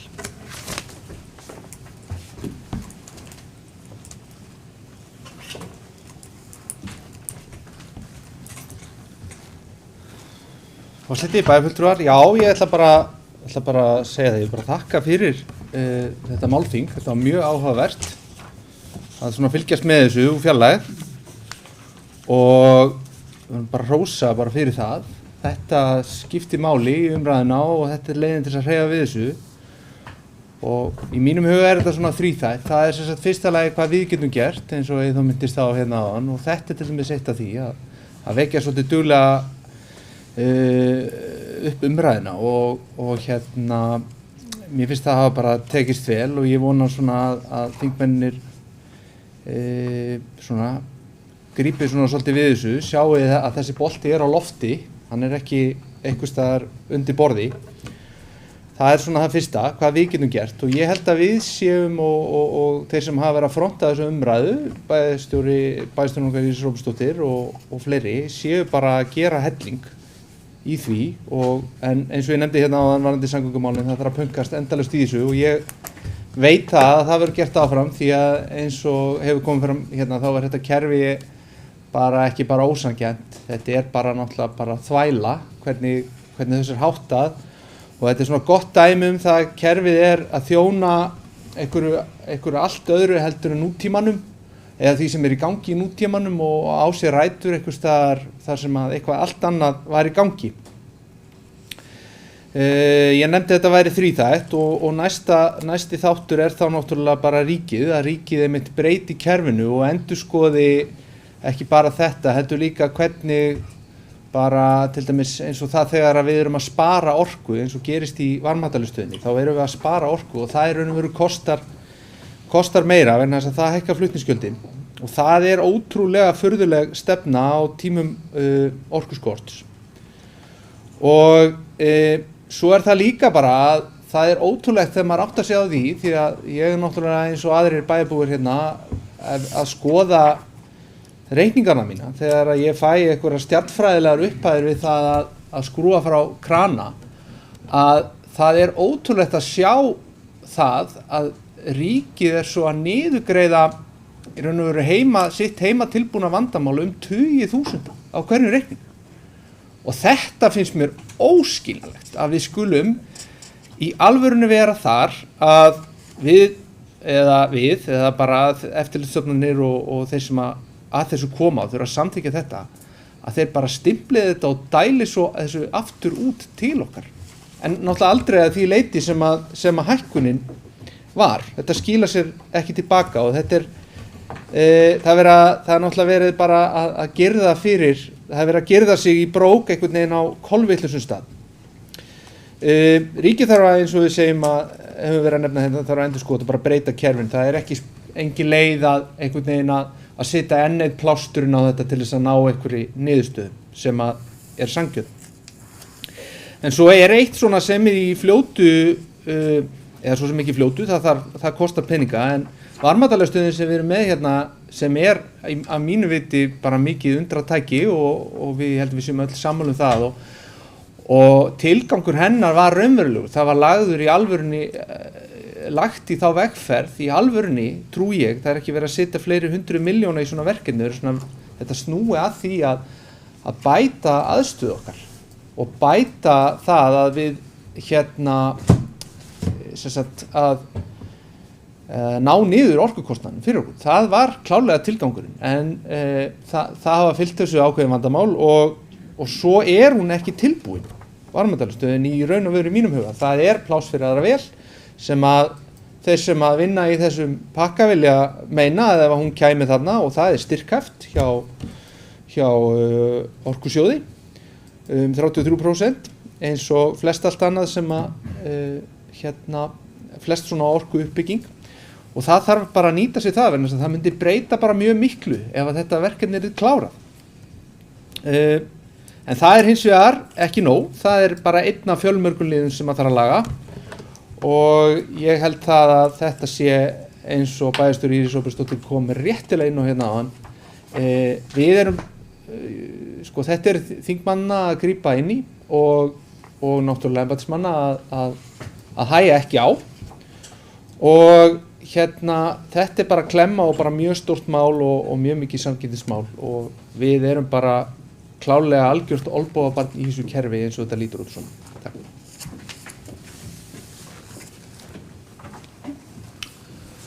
Takk fyrir þetta, Gísli Stefánsson. Vilja fleiri taka til máls undir þessum lið? Ef ekki, þá ber ég upp eftirfarandi tillögu.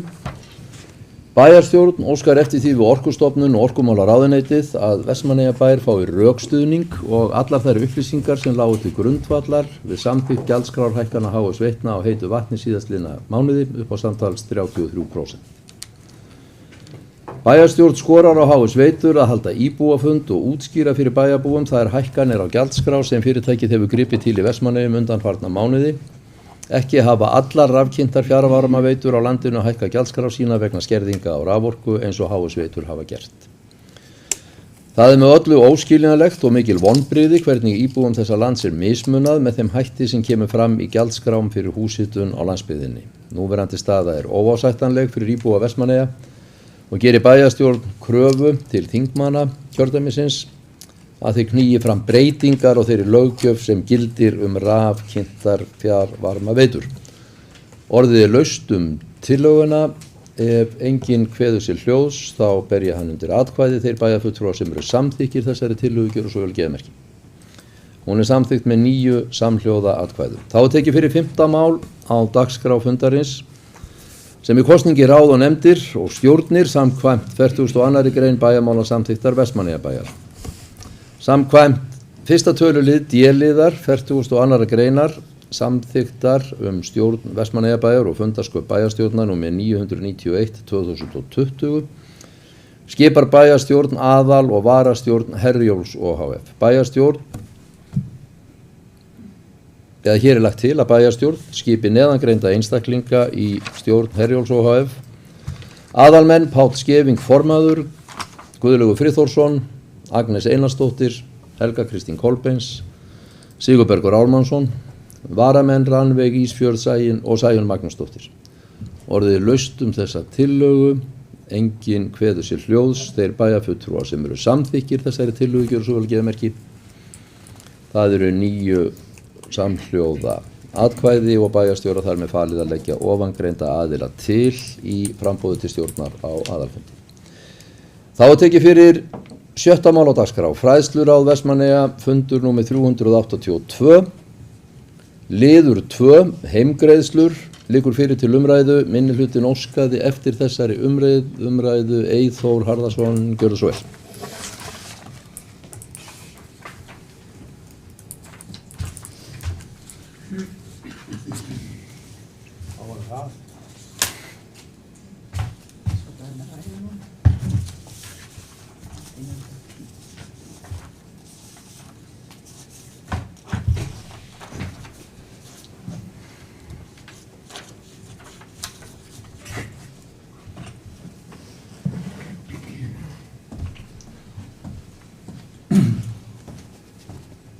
Forseti, góðir bæjarfulltrúar.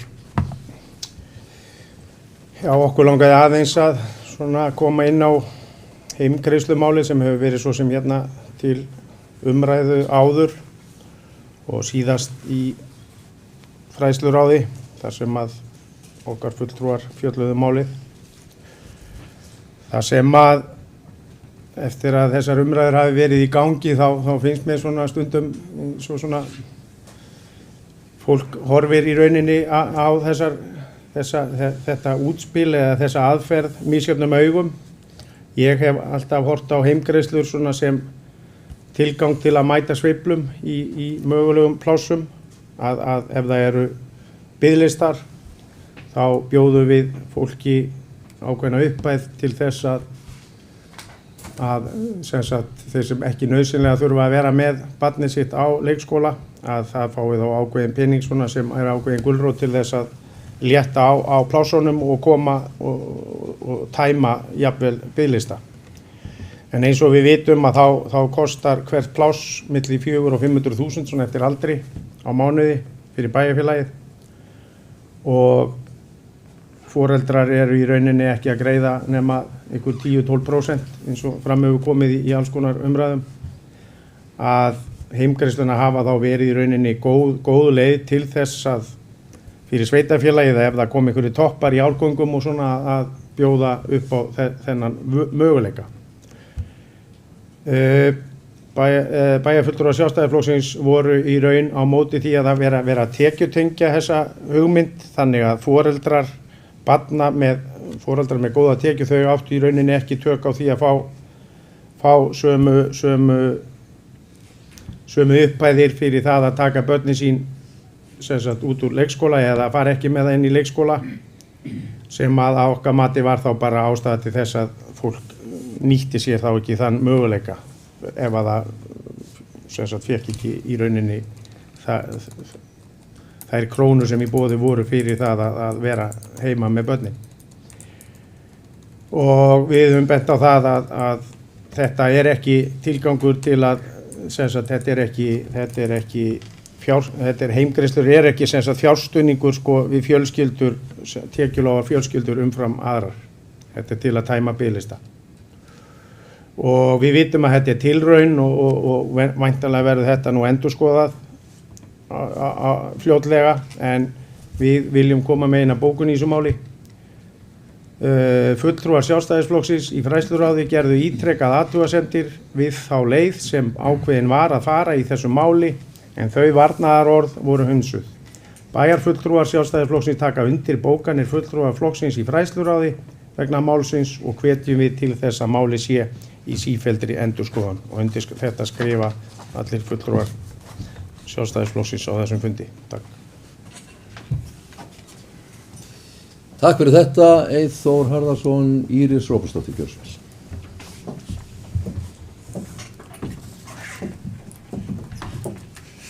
Forseti, já, það er rétt það sem kom fram í máli bæjarfulltrúa Eyþórs Harðarssonar.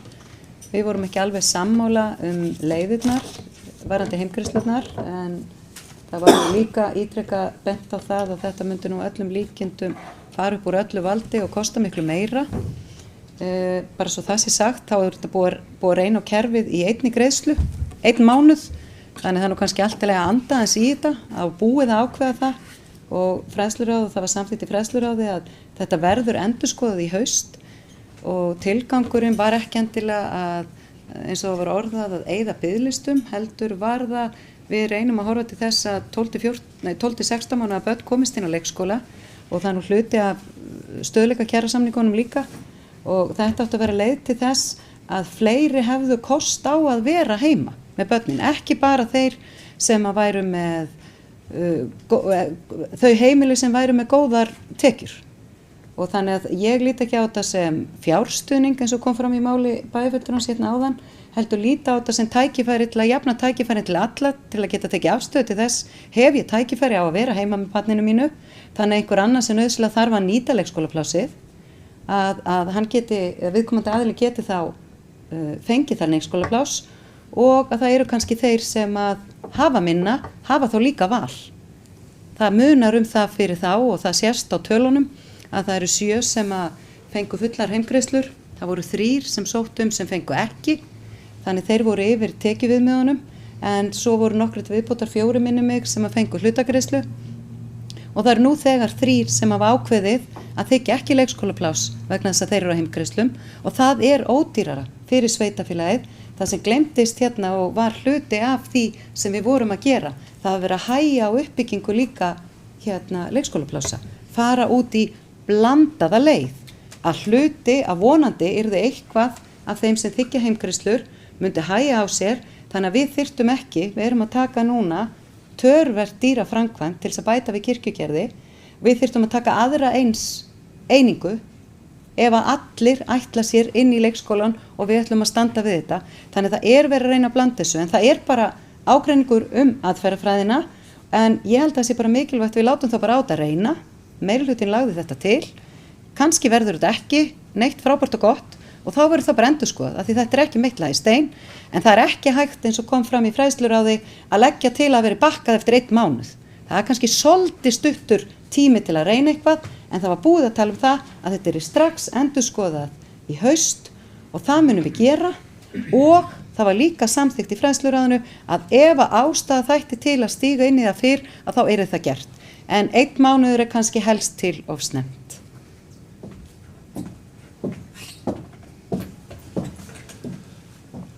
Takk fyrir þetta, Íris Róbersdóttir, Helga Jóhanna Harðardóttir, Kjörsvæl.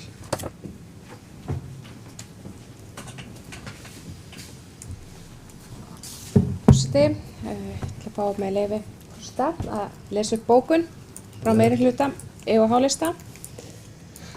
Meirihluti E&H-lista tekur undir bókun meirihlutans í ráðinu.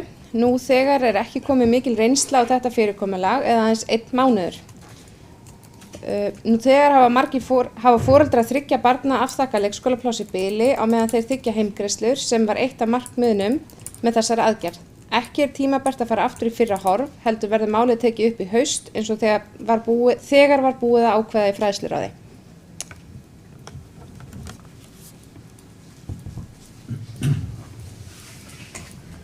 Takk fyrir þetta, Eyþór Harðarsson, gjörðu svo vel.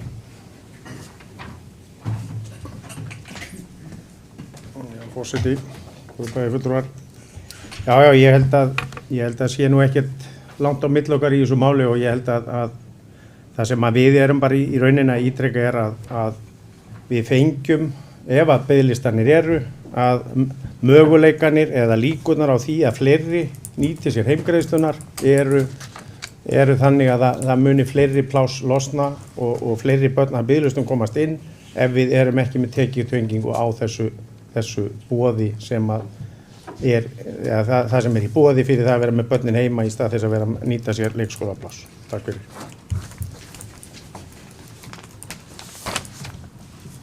Takk fyrir þetta. Fleiri hafa ekki hvatt sér hljóðs og umræðu lokið. Liðir 1 og 3 til 4 liggja fyrir til upplýsinga.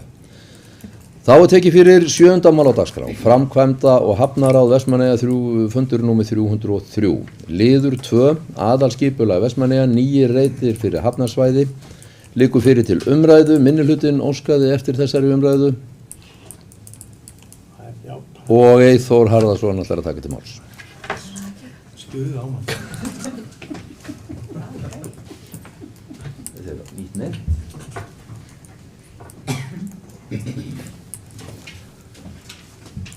Já, forseti, góði bæjarfulltrúar, maður verður að segja eitthvað. Það er varðandi sem sagt fundin og skipulagsmálið, aðalskipulagsauglýsinguna sem við samþykktum hér í bæjarstjórn fyrir nokkru umhverfið við höfnina. Og það sem að ég var nú í svona undirbúningshóp ásamt fleirum, það sem að við vorum að reyna að finna út hvaða möguleikar við hefðum til þess að bæta aðstöðu við Vestmannaeyja höfn fyrir notendur og þjónustu, sem sagt skipafélögin og sjávarútvegsfyrirtækin og ferðaþjónustuna og í rauninni alla sem að hafa aðkoma að höfninni. Og í raun komu þar upp margir möguleikar og það voru hafnarkantar bæði sem að nú þegar eru búin að vera í umræðunni, stórskipakantur út af veiðinu, kantur við Skansfjöruna og svo voru komnir möguleikar í þetta vest eða austar í innsiglingunni, í rauninni móts við bara Klessvíkina og inn við löngu svona staurabryggja þar út í sjónum sem að var sem sagt það sem að krafa eða það sem var samdóma álit allra hagaðila við höfnina var að það vantaði lengdametra viðlegu kanta. Niðurstaðan var sú að framkvæmda og hafnaráð kemur með þessa tillögu og skipulagslýsingu að bæta við þessum möguleikum sem að voru þá í umræðinni sem raunhæfir kostir og jafnvel hagkvæmir kostir til þess að búa til hafnarkanta þarna innan hafnar og svo út í innsiglingunni. Og það sem ég langaði í rauninni að ræða bara það sem að mér fannst þegar að þessi skipulagslýsing fór í loftið, þá byrjaði umræðan í bæjarfélaginu og Facebook fór algjörlega úr böndunum og fólk fór að rífast svona hluti sem að voru í rauninni ekkert á dagskrá í þessari skipulagslýsingu. Menn sáu fyrir sér að menn myndu ekki sjá heimaklett framar og það myndu rísa þarna byggingar og þetta væri í rauninni þvílík náttúruspjöll og það var enginn sem að kom, þetta var ekki nógu vel kynnt fannst manni, þannig að fólk myndi í rauninni átta sig á því að það væri í rauninni þar bara verið að ræða staurabryggju sem að væri frá Kleifakanti og út að styttingu Hörgeyragarðsins og þaðan upp í Löngu væri tugir metra og í rauninni var enginn að fara að leggja það til að eyðileggja þá náttúruperlu eins og sumir vilja nú kalla Lönguna. En þetta fór allt í skrúuna, vill ég meina, þessi umræða og æsingur og læti voru bara þannig að það áttaði sig enginn á hvað var verið að ræða þarna, nema það að það væri verið að eyðileggja náttúruna. Og svo frétti maður bara það eftir fundinn í framkvæmda og hafnaráði að það var í raunin bara búið að taka þetta út af það var svo mikið andstaða við þetta í bæjarfélaginu. Já, gott og vel, það sjálfsagt að hlusta á íbúana en það sem að maður finnst mest svekkjandi að margir sem að ég hef rætt við og voru á móti þessu, þeir áttu þessu ekkert á því hvað var verið að ræða Þeir héldu að væri verið að fara bara í landfyllingu í Löngunni og eyðileggja í rauninni algjörlega þetta svæði upp við fjöruna og heimaklett. Svona getur þetta farið þegar að kannski málefnin ekki þá kynnt nógu vel og það í rauninni dálítið erfitt að bara ná að kynna og halda stjórna umræðinni þegar á þessum samfélagsmiðlum eins og við höfum þetta í dag. En við getum vonandi eitthvað lært af því. En við erum sem sagt með eina bókun hérna við fulltrúar Sjálfstæðisflokksins varðandi þetta mál að mikilvægt að ákvarðanir séu teknar af yfirvegun og í sátt við bæði atvinnulífið og náttúruna. Kynna þar breytingar á aðalskipulagi af þessu tagi betur þannig að íbúar fái rétta mynd af hugmyndum sem uppi eru fyrr í ferlinu. Til að mynda hefði mátt koma með skýringamyndir í réttum hlutföllum sem sýndu bæði nýtingu og ásýnd. Hvort sem rætt var eða rætt viðlegukanta í innsiglingunni eða innan hafnar. Og undir þetta skrifum við bæjarfulltrúar Sjálfstæðisflokksins. Takk. Takk fyrir þetta. Eyþór Harðarson, vilja fleiri taka til máls, gjörðu svo vel.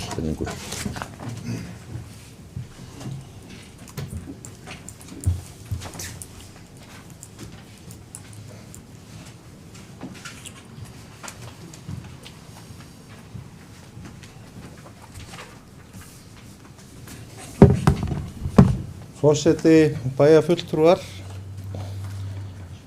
Já, þessi fundur hjá okkur, þetta var náttúrulega, það var ansi mikið fjör sem að fór að stað á samfélagsmiðlum eftir að þetta skipulag fór í loftið. En sko eins og við lítum á þetta, þá þetta skipulag, þetta bara upphafið. En bara upphafið á vinnu sem að var verið að fara af stað með. Að koma, já, bara höfninni á betri stað og vinna vinnu til framtíðar fyrir höfnina. En þarna fer umræðan bara af stað því miður á þess að við fáum tækifæri kannski á því að sýna það sem að verður. Því að í skipulagsvinnu þá byrja ferlið þannig að það þarf að kynna skipulag, það er kannski komið grófa hugmynd hvernig þetta á að vera, seinna meir í ferlinu þá verður skýringin betri. Ég kannski alveg sammála því að þarna hefði mátt kannski fyrr koma inn með betri mynd hvernig þetta ætti að vera. En við mátum það bara þannig í ráðinu að taka Löngun út, bara með því að við erum að fara í þessa vinnu með stórskipahöfn og ef við fáum þar lengdametrana þá þurfum við ekki að fara í þessa Löngu. Nausthammerinn svo til komin inn, þar eru 70 metrar sem við erum að fá. Og þannig að við bara þetta þessi vinna sem við ákvaðum þarna og það voru allir í ráðinu sammála því að taka þetta bara út í bili, þetta getur komið inn í skipulags og seinna ef á þarf að halda. Þannig að við sjáum bara að þetta og ég alveg sammála Eyþór með samfélagsmiðlana, við stundum töpum okkur og við verðum að bara passa okkur. Hvað að vera að segja? Þarna það féll oft mörg slæm orð fólk og aðra sem að vinna í þessari vinnu og ég bara ekki sáttur að svoleiðis umræða að fara af stað. Það hefur verið að tala óheilindi starfsmanna, bæjarins og kannski fólks í ráðinu en það bara eitthvað kannski sem við ráðum ekki við og verðum bara að lifa með en En allavega þá þetta staðan eins og í dag. Við ákváðum bara að fara þessa leið til þess að kannski skapa smá frið líka og bara já, að stefna á því að reyna að fá stórskipahöfn, hvort sem hún verði hér austur frá eða út á Eiði. Og það bara það sem að okkur vantar og við þurfum að berjast fyrir því. Takk fyrir.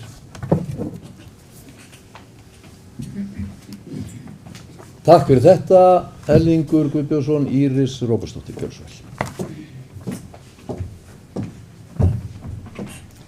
Forseti,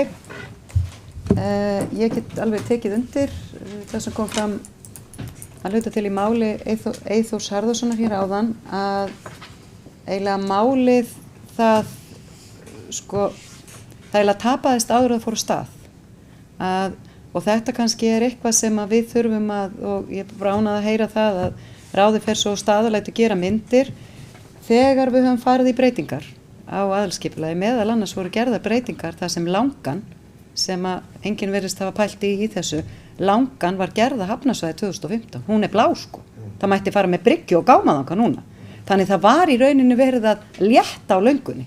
En það var samt verið að reyna að segja fólki það. En það einhvern veginn að var bara komið það voru allir bara að fara að moka og þetta bara fór út allt. Þannig að ég er bara sammála því ég held að bara, til dæmis bara ráðið og það sem við erum kannski bara að gera, sérstaklega það sem varðar, auðvitað, náttúruna, það sem auðvelt kannski, hvað ég var að segja, búa til múæsingu, að það skiptir óslega miklu máli að það liggi fyrir svona myndræn gögn fyrir ferlinu, svo að fólk sem hefur ekki endilega þá hagsmuni og þann ásetning að sína hlutin í réttu ljósi, fari ekki að dreifa myndefni sem eitthvað allt annað heldur en það sem verið að leggja til. En ég held að líka, og ég ætla að fá að taka undir það bara gríðarlega mikilvægt að við vorum að ræða höfnina hérna áðan. Það yfir 700 milljónir sem í tekjur á höfninni og það 15% af því að koma frá skipum sem að koma enga. Skemmtiferðaskipum, já, hitt atvinnu, skemmtiferðaskipum. Og þetta einhvern veginn, við lifum á gríðarlega mikið á sjávarútvegi og fyrirtækjum tengdum þeim. Við getum ekki litið til hliðar og sagt að við ætlum ekki að gera neitt. Það löngu komin tími á að taka og fara í þess að vinna við þessa stórskipakanta sem verið að ræða, en málið að bara með þetta mál fór í rauninni allt og langt áður að það var hafið og bara samkvæmt því sem að ég hef skilið að þá í rauninni eins og ferli var sett upp, þá var kannski ekki heldur verið að fara í akkurat þessa bryggju innan þess tímaramma sem þetta gildandi aðalskipulag að þá kannski þetta að kaupa sér tíma, en auðvitað ætti ráðið ekki endilega að þurfa að taka svona ákvarðanir þegar við erum varla farin af stað sko. Við erum sko bara í fyrstu þrepunum og það nú betri en ég tvær sem sita fyrirverandi formaður og núverandi formaður í umhverfis- og skipulagsráði til að þekkja ferlið, en ég get auðvitað tekið undir það að við einhvern veginn kannski bara, þetta bara eins og með margt annað, við bara þurfum kannski bara að læra reynslunni og ég veit það og ég heyrði það á þeim sem í ráðinu, að því ráðið hefur verið alveg samstíga í þessu máli, að það bara búið átt að segja á því að þegar verið að stíga niður með þessum hætti að þá þurfa bara að fylgja myndræn gögn sko. Þannig þá ekki takt að rugla í fólki og það bara þannig og ég held líka að það sé mikilvægt að halda því líka vel og ofti að því það hefur líka verið gætt miskilnings það að ég bara móka burtu flakkaranum og öllu hrauninu sko ef það á búa til gámasvæði og það verður bara svo rosalega ljótt að það muni bara sjást, það bara til fullt af leiðum. Það fullt af leiðum hvenær bílum verður keyrt í gegnum bæinn, það fullt af leiðum hvernig við byggjum upp og höldum utan alla atvinnustarfsemi í Vestmannaeyjum og fyrirtækin okkar að stækka sem vel, gríðarlega spennandi tækifæri í atvinnulífinu hjá okkur, en við getum ekki bara hort í eina átt, við þurfum að horfa á alla og mér finnst ráðið vera að reyna að gera það, en ég held að það sé bara rétt, að það sé hægt að læra af ferlinu í þessu, bara upplýsingaflæðinu. Takk fyrir þetta, Íris Róbertsdóttir, Gísli Stefánsson, gjörðu svo vel.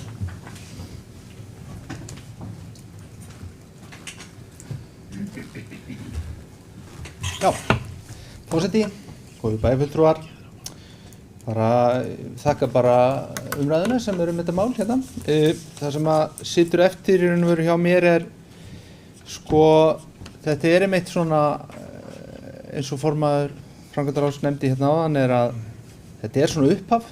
Þetta, þó við séum með aðalskipulagið samþykkt þá er það kannski ekki alveg það meitlaði stein að það megi ekki bakka út frá því og það nú þannig í þessari pólitík að laun heimsins fyrir það þá inni eru vantaklæti og ég held í grunninn snúist þetta líka bara pínu það að því að ég held það eins og var að nefna hérna áðan að það sé gert ráð fyrir aðskipulaginu núna að þetta geti bara vorið bara bryggja og gámasvæði en það sé verið með þessu að kannski venda náttúruna enn frekar leið og það verið að styðja við atvinnulífið og líðan okkar sem höfnin að ég held að það hafi verið ekki gott að bara bakka út úr þessu og sérstaklega ekki án umræðu í bæjarstjórn það. Ég hins vegar gerum grein fyrir að fulltrúar Sjálfstæðisflokksins í ráðinu voru sammála og það þýðir það ekki að ég sé það endilega þannig að mér finnst mjög bara eðlilegt að umræðan hefði kannski farið aðeins lengra áður en hefði bakkað út. Það það sem ég vildi nefna hér. Fundurinn sem var haldinn þetta, hann var bæði góður en hann var líka uppfullur. Við fundum það að það var búið að byggja upp tortryggni eins og það kom bara bersinn ljós sem var náttúrulega bara til af umræðum á samskiptamiðlum sem að því miður að verður bara að segjast eins og að við erum misgóði í að höndla það og láta frá okkur skoðanir þar málefnalega. Og í raun og veru voru hér farnar að fljúga hér í salnum bara samsæriskenningar einhverja algjör og þvælu þannig að mér fannst í raun og veru umræðan ekki vera á því plani að það þyrfti að bakka út úr þessu að það væri frekar hægt bara aðeins að andi í þetta eins og stundum talað og þá í raun og veru að fara bara í þessar kynningamyndir og klára það allavega áður en það og taka umræðuna á þessum vettfangi. Þannig að það nú svona það sem ég vildi nefna, en annars bara þakka ég fyrir ágætis upplýsingar. Takk.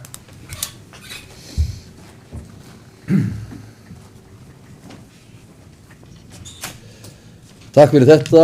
Gísli Stefánsson, vilja fleiri taka til máls undir þessum lið, svo ekki og þá umræður lokið. Liðir 1 og 3 til 4 í umræddri fundargerð liggja fyrir til upplýsinga. Þá tökum við fyrir 8. mál á dagskrá, liður 5.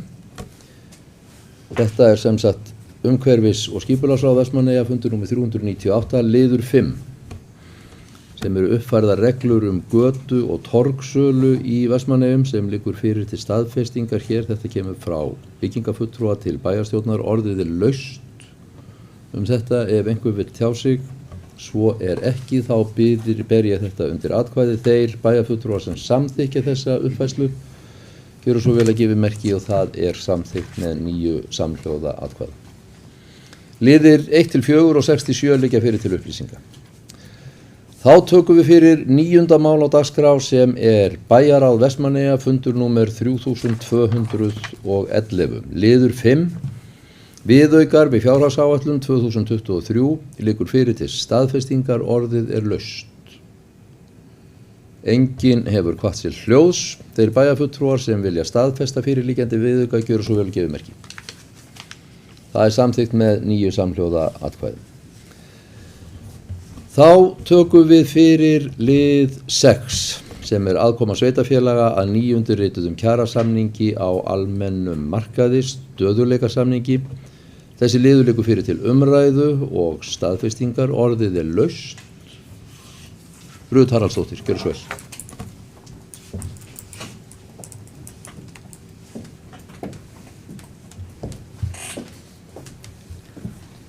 Forseti, það mikill léttir að samningar hafa tekist á hinum almenna vinnumarkaði og það til langs tíma sem gerir efnahagsstjórnun mun auðveldari. Aðkoma sveitarfélaga að nýs samþykktum kjarasamningum með töluvert öðrum hætti heldur en áður tíðkast í gerð kjarasamninga. Álögur og verkefni sem þeim ætlað að leysa eru mjög margvísleg og munu kosta aukna fjármuni bæði í þjónustu og beinu fjármagni meðal annars í gjaldskrárlækkun.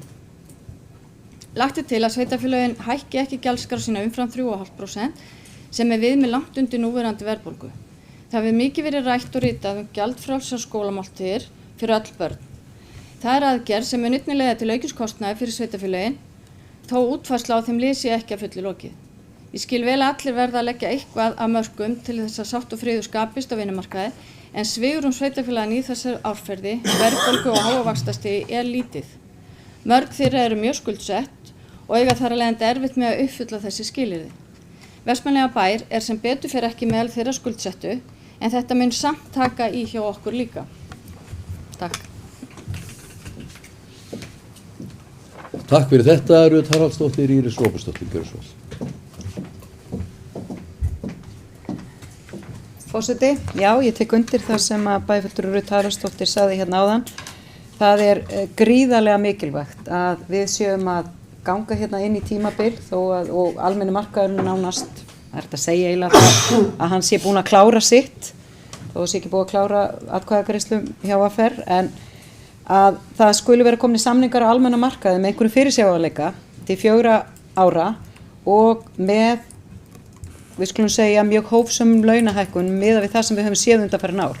Launahækkanirnar sem við höfum fengið hérna með þessum árssamningum sem hafa verið að rúlla inn hafa gert sveitarfélögum mjög erfitt bæði í áætlunargerð og bara í rekstri að því að launakostnaðurinn hefur hækkað alveg gríðarlega.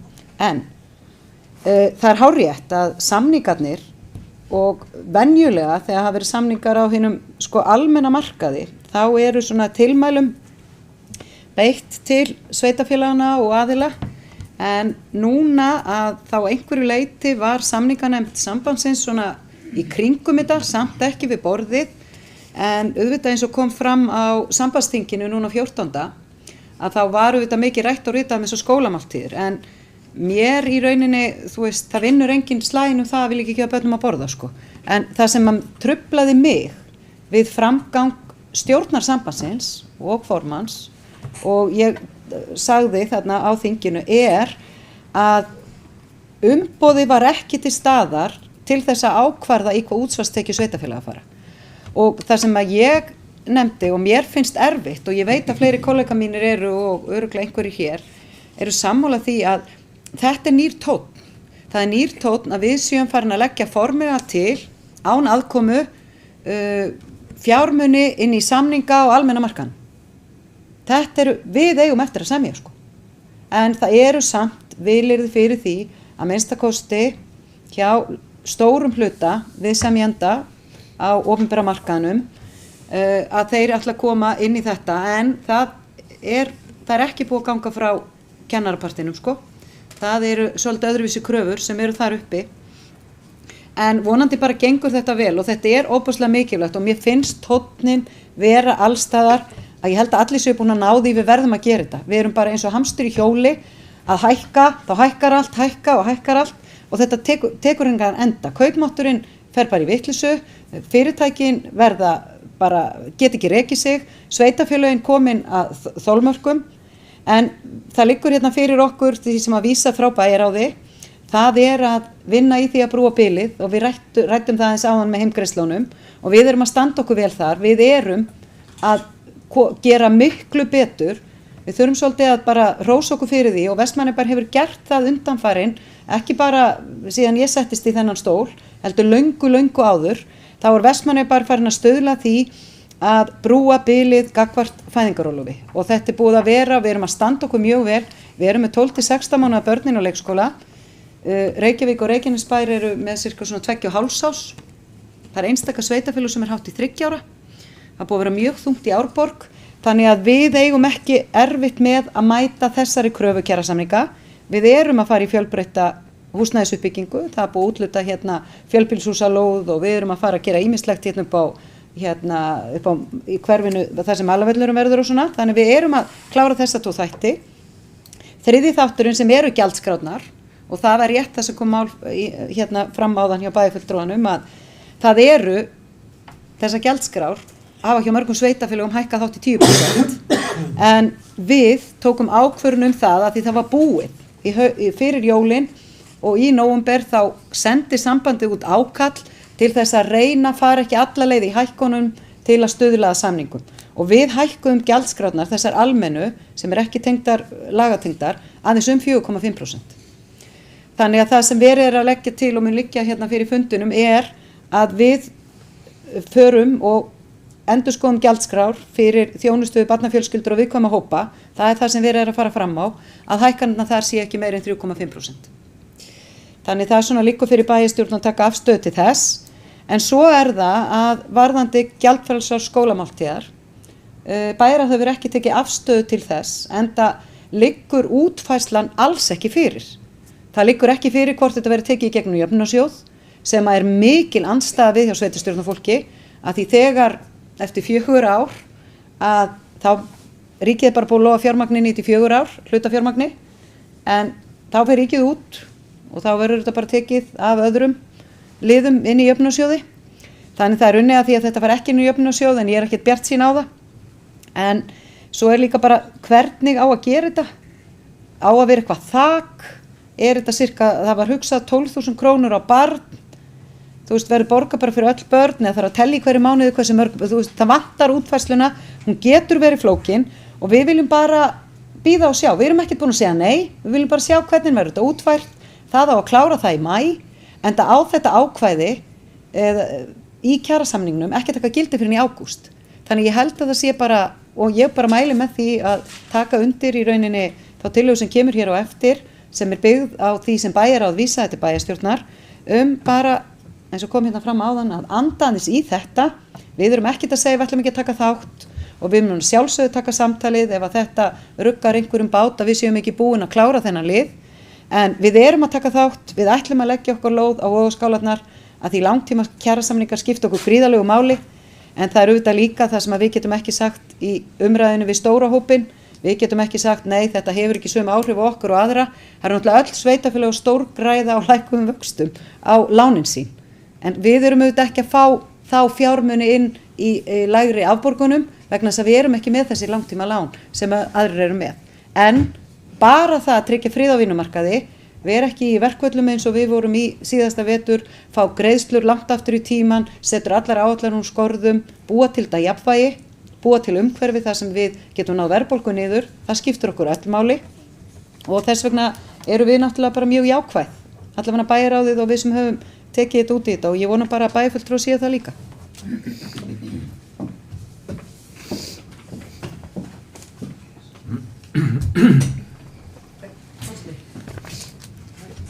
Þetta biðum orðið aftur eða? Já, bara bætinu við það bara svo ég geti leiðrétt sjálfur hans. Já, gjör svo vel, Íris Róbsdóttir. Það var ekki biðum orðið aftur, ég byrst afsökunar, það búið að samþykja alla samningana því ég sagði að það var ekki búið, þannig minnst bara gott að leiðrétta það. Það var að koma inn á net. Takk fyrir þetta, Íris Róbsdóttir. Vilja fleiri taka til máls? Eyþór Harðarson, gjörðu svo.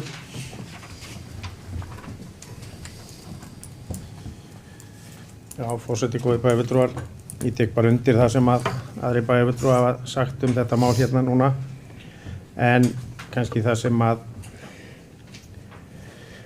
svona bara til að ræða þetta gjaldfrjálsar skólamáltíðir fyrir alla grunnskólanemendur, sko, þetta eins og við vitum, þetta draumur einhverja fárra stjórnmálamanna í gegnum tíðina og það má segja að þeir hafi í rauninni komið þessum áhugamálum sínum í gegn með þessari aðferð að tróða þessu í gegnum kjarasamningagerð.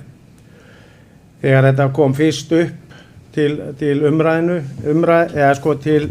í sveitarstjórnum og innan stjórnarsambandsins þá voru í rauninni, þá var mikil andstaða við þetta. Það voru bara mjög fáir sem sáu einhverja glóru í þessari aðferð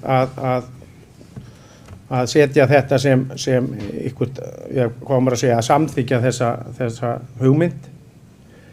Við fögnum náttúrulega öll langtíma kjarasamningum og allir vilja kjarasamninga til framtíðar eða til margra ára og það engin spurning. En það sem að sko, mín skoðun og margra annar að við getum stutt barnafjölskyldur með öðrum hætti. Útfærslan með þessum matargjöfum eða fríum skólamáltíðum óljós, en það sem kannski stærsta málið í þessu öllu saman það sóunin sem mun eiga sér stað við það að ætla að hafa fríar skólamáltíðir og vera með frían mat fyrir í rauninni alla grunnskólanemendur á hverjum einasta degi. Ég veit bara ekki hvernig á að fara í þetta öðruvísi en að það verður ykkur óskaplega mikið hent í lok dags. Og stóra máli í þessu náttúrulega að þarna verið að ráðskast með sjálfsákvörðunarrétt sveitarfélaga snýr að mikilvægri þjónustu eins og skólamáltíðum. Takk. Takk fyrir þetta, Eyþór Harðarson. Vilja fleiri taka til máls þetta? Með leyfi varaforseta vildi ég segja eftirfarandi. Tilgangurinn helgar ekki alltaf meðalið. Ég efnislega skil ég og tek undir það sem hér hefur komið fram hjá þeir sem hér hafa tekið til máls það að mikilvægi þess að þessi kjarasamningar náðust. En ég get ekki látið hjá líða að hér verið að undirstrika það að hér verið að skapa mjög hættulegt fordæmi. Og fordæmi felst í því að enginn þeirra aðila sem þarna sátu við samningaborð, það gildir ríkið, breiðfylkingu launþeganna, samtök atvinnulífsins, samband íslenskra sveitarfélaga eða ríkissáttasemjara, hafði umboð til að ráðstafa útsvarstekjum sveitarfélaga. Það eru við sem erum kjörin hér, bæjarfulltrúar, sem bæjarbúar hafa treyst til að ráðstafa þessum útsvarstekjum. Fordæmið felst í því að óviðkomandi aðilar sem enginn hefur kosið til þeirra hluta ráðstöfuðu í raun útsvarstekjum sveitarfélaga. Og það fordæmið sem afar hættulegt og ég vil taka menn í rauninni vara fyrir að láta yfir sig ganga. Fleiri hafa ekki hvað sér ljós málið og ætla ég að bera upp eftirfarandi tillögu.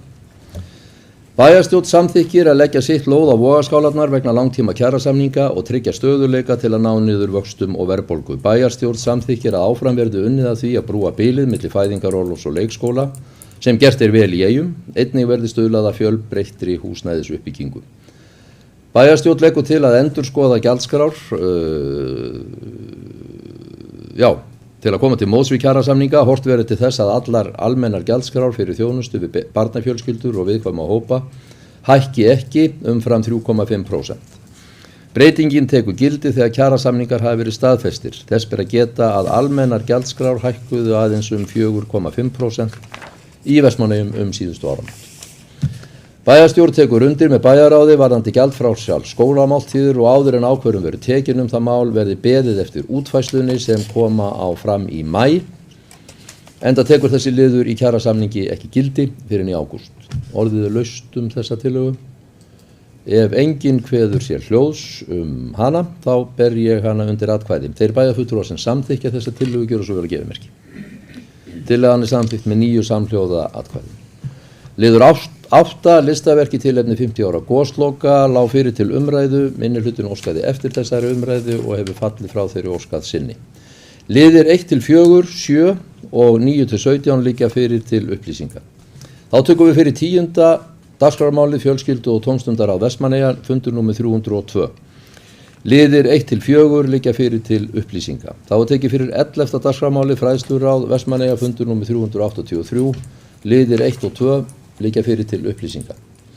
Þá tökum við fyrir 12. dagskrármálið sem fundur bæjarráðs númer 3212 frá því fyrir í dag sem samþykkt var í upphafi þessa fundar að taka inn með afbrigðum. Allir 3 liðirnir eru til umræðu. Liður 1, ársreikningur, reikna ég með því að umræðan sé tæmd þann lið í bili. Liður 2, móttaka flóttafólks. Það liggur fyrir nýr samningur varðandi samræmda þjónustu við flóttafólk sem vísað var til bæjarstjórnar.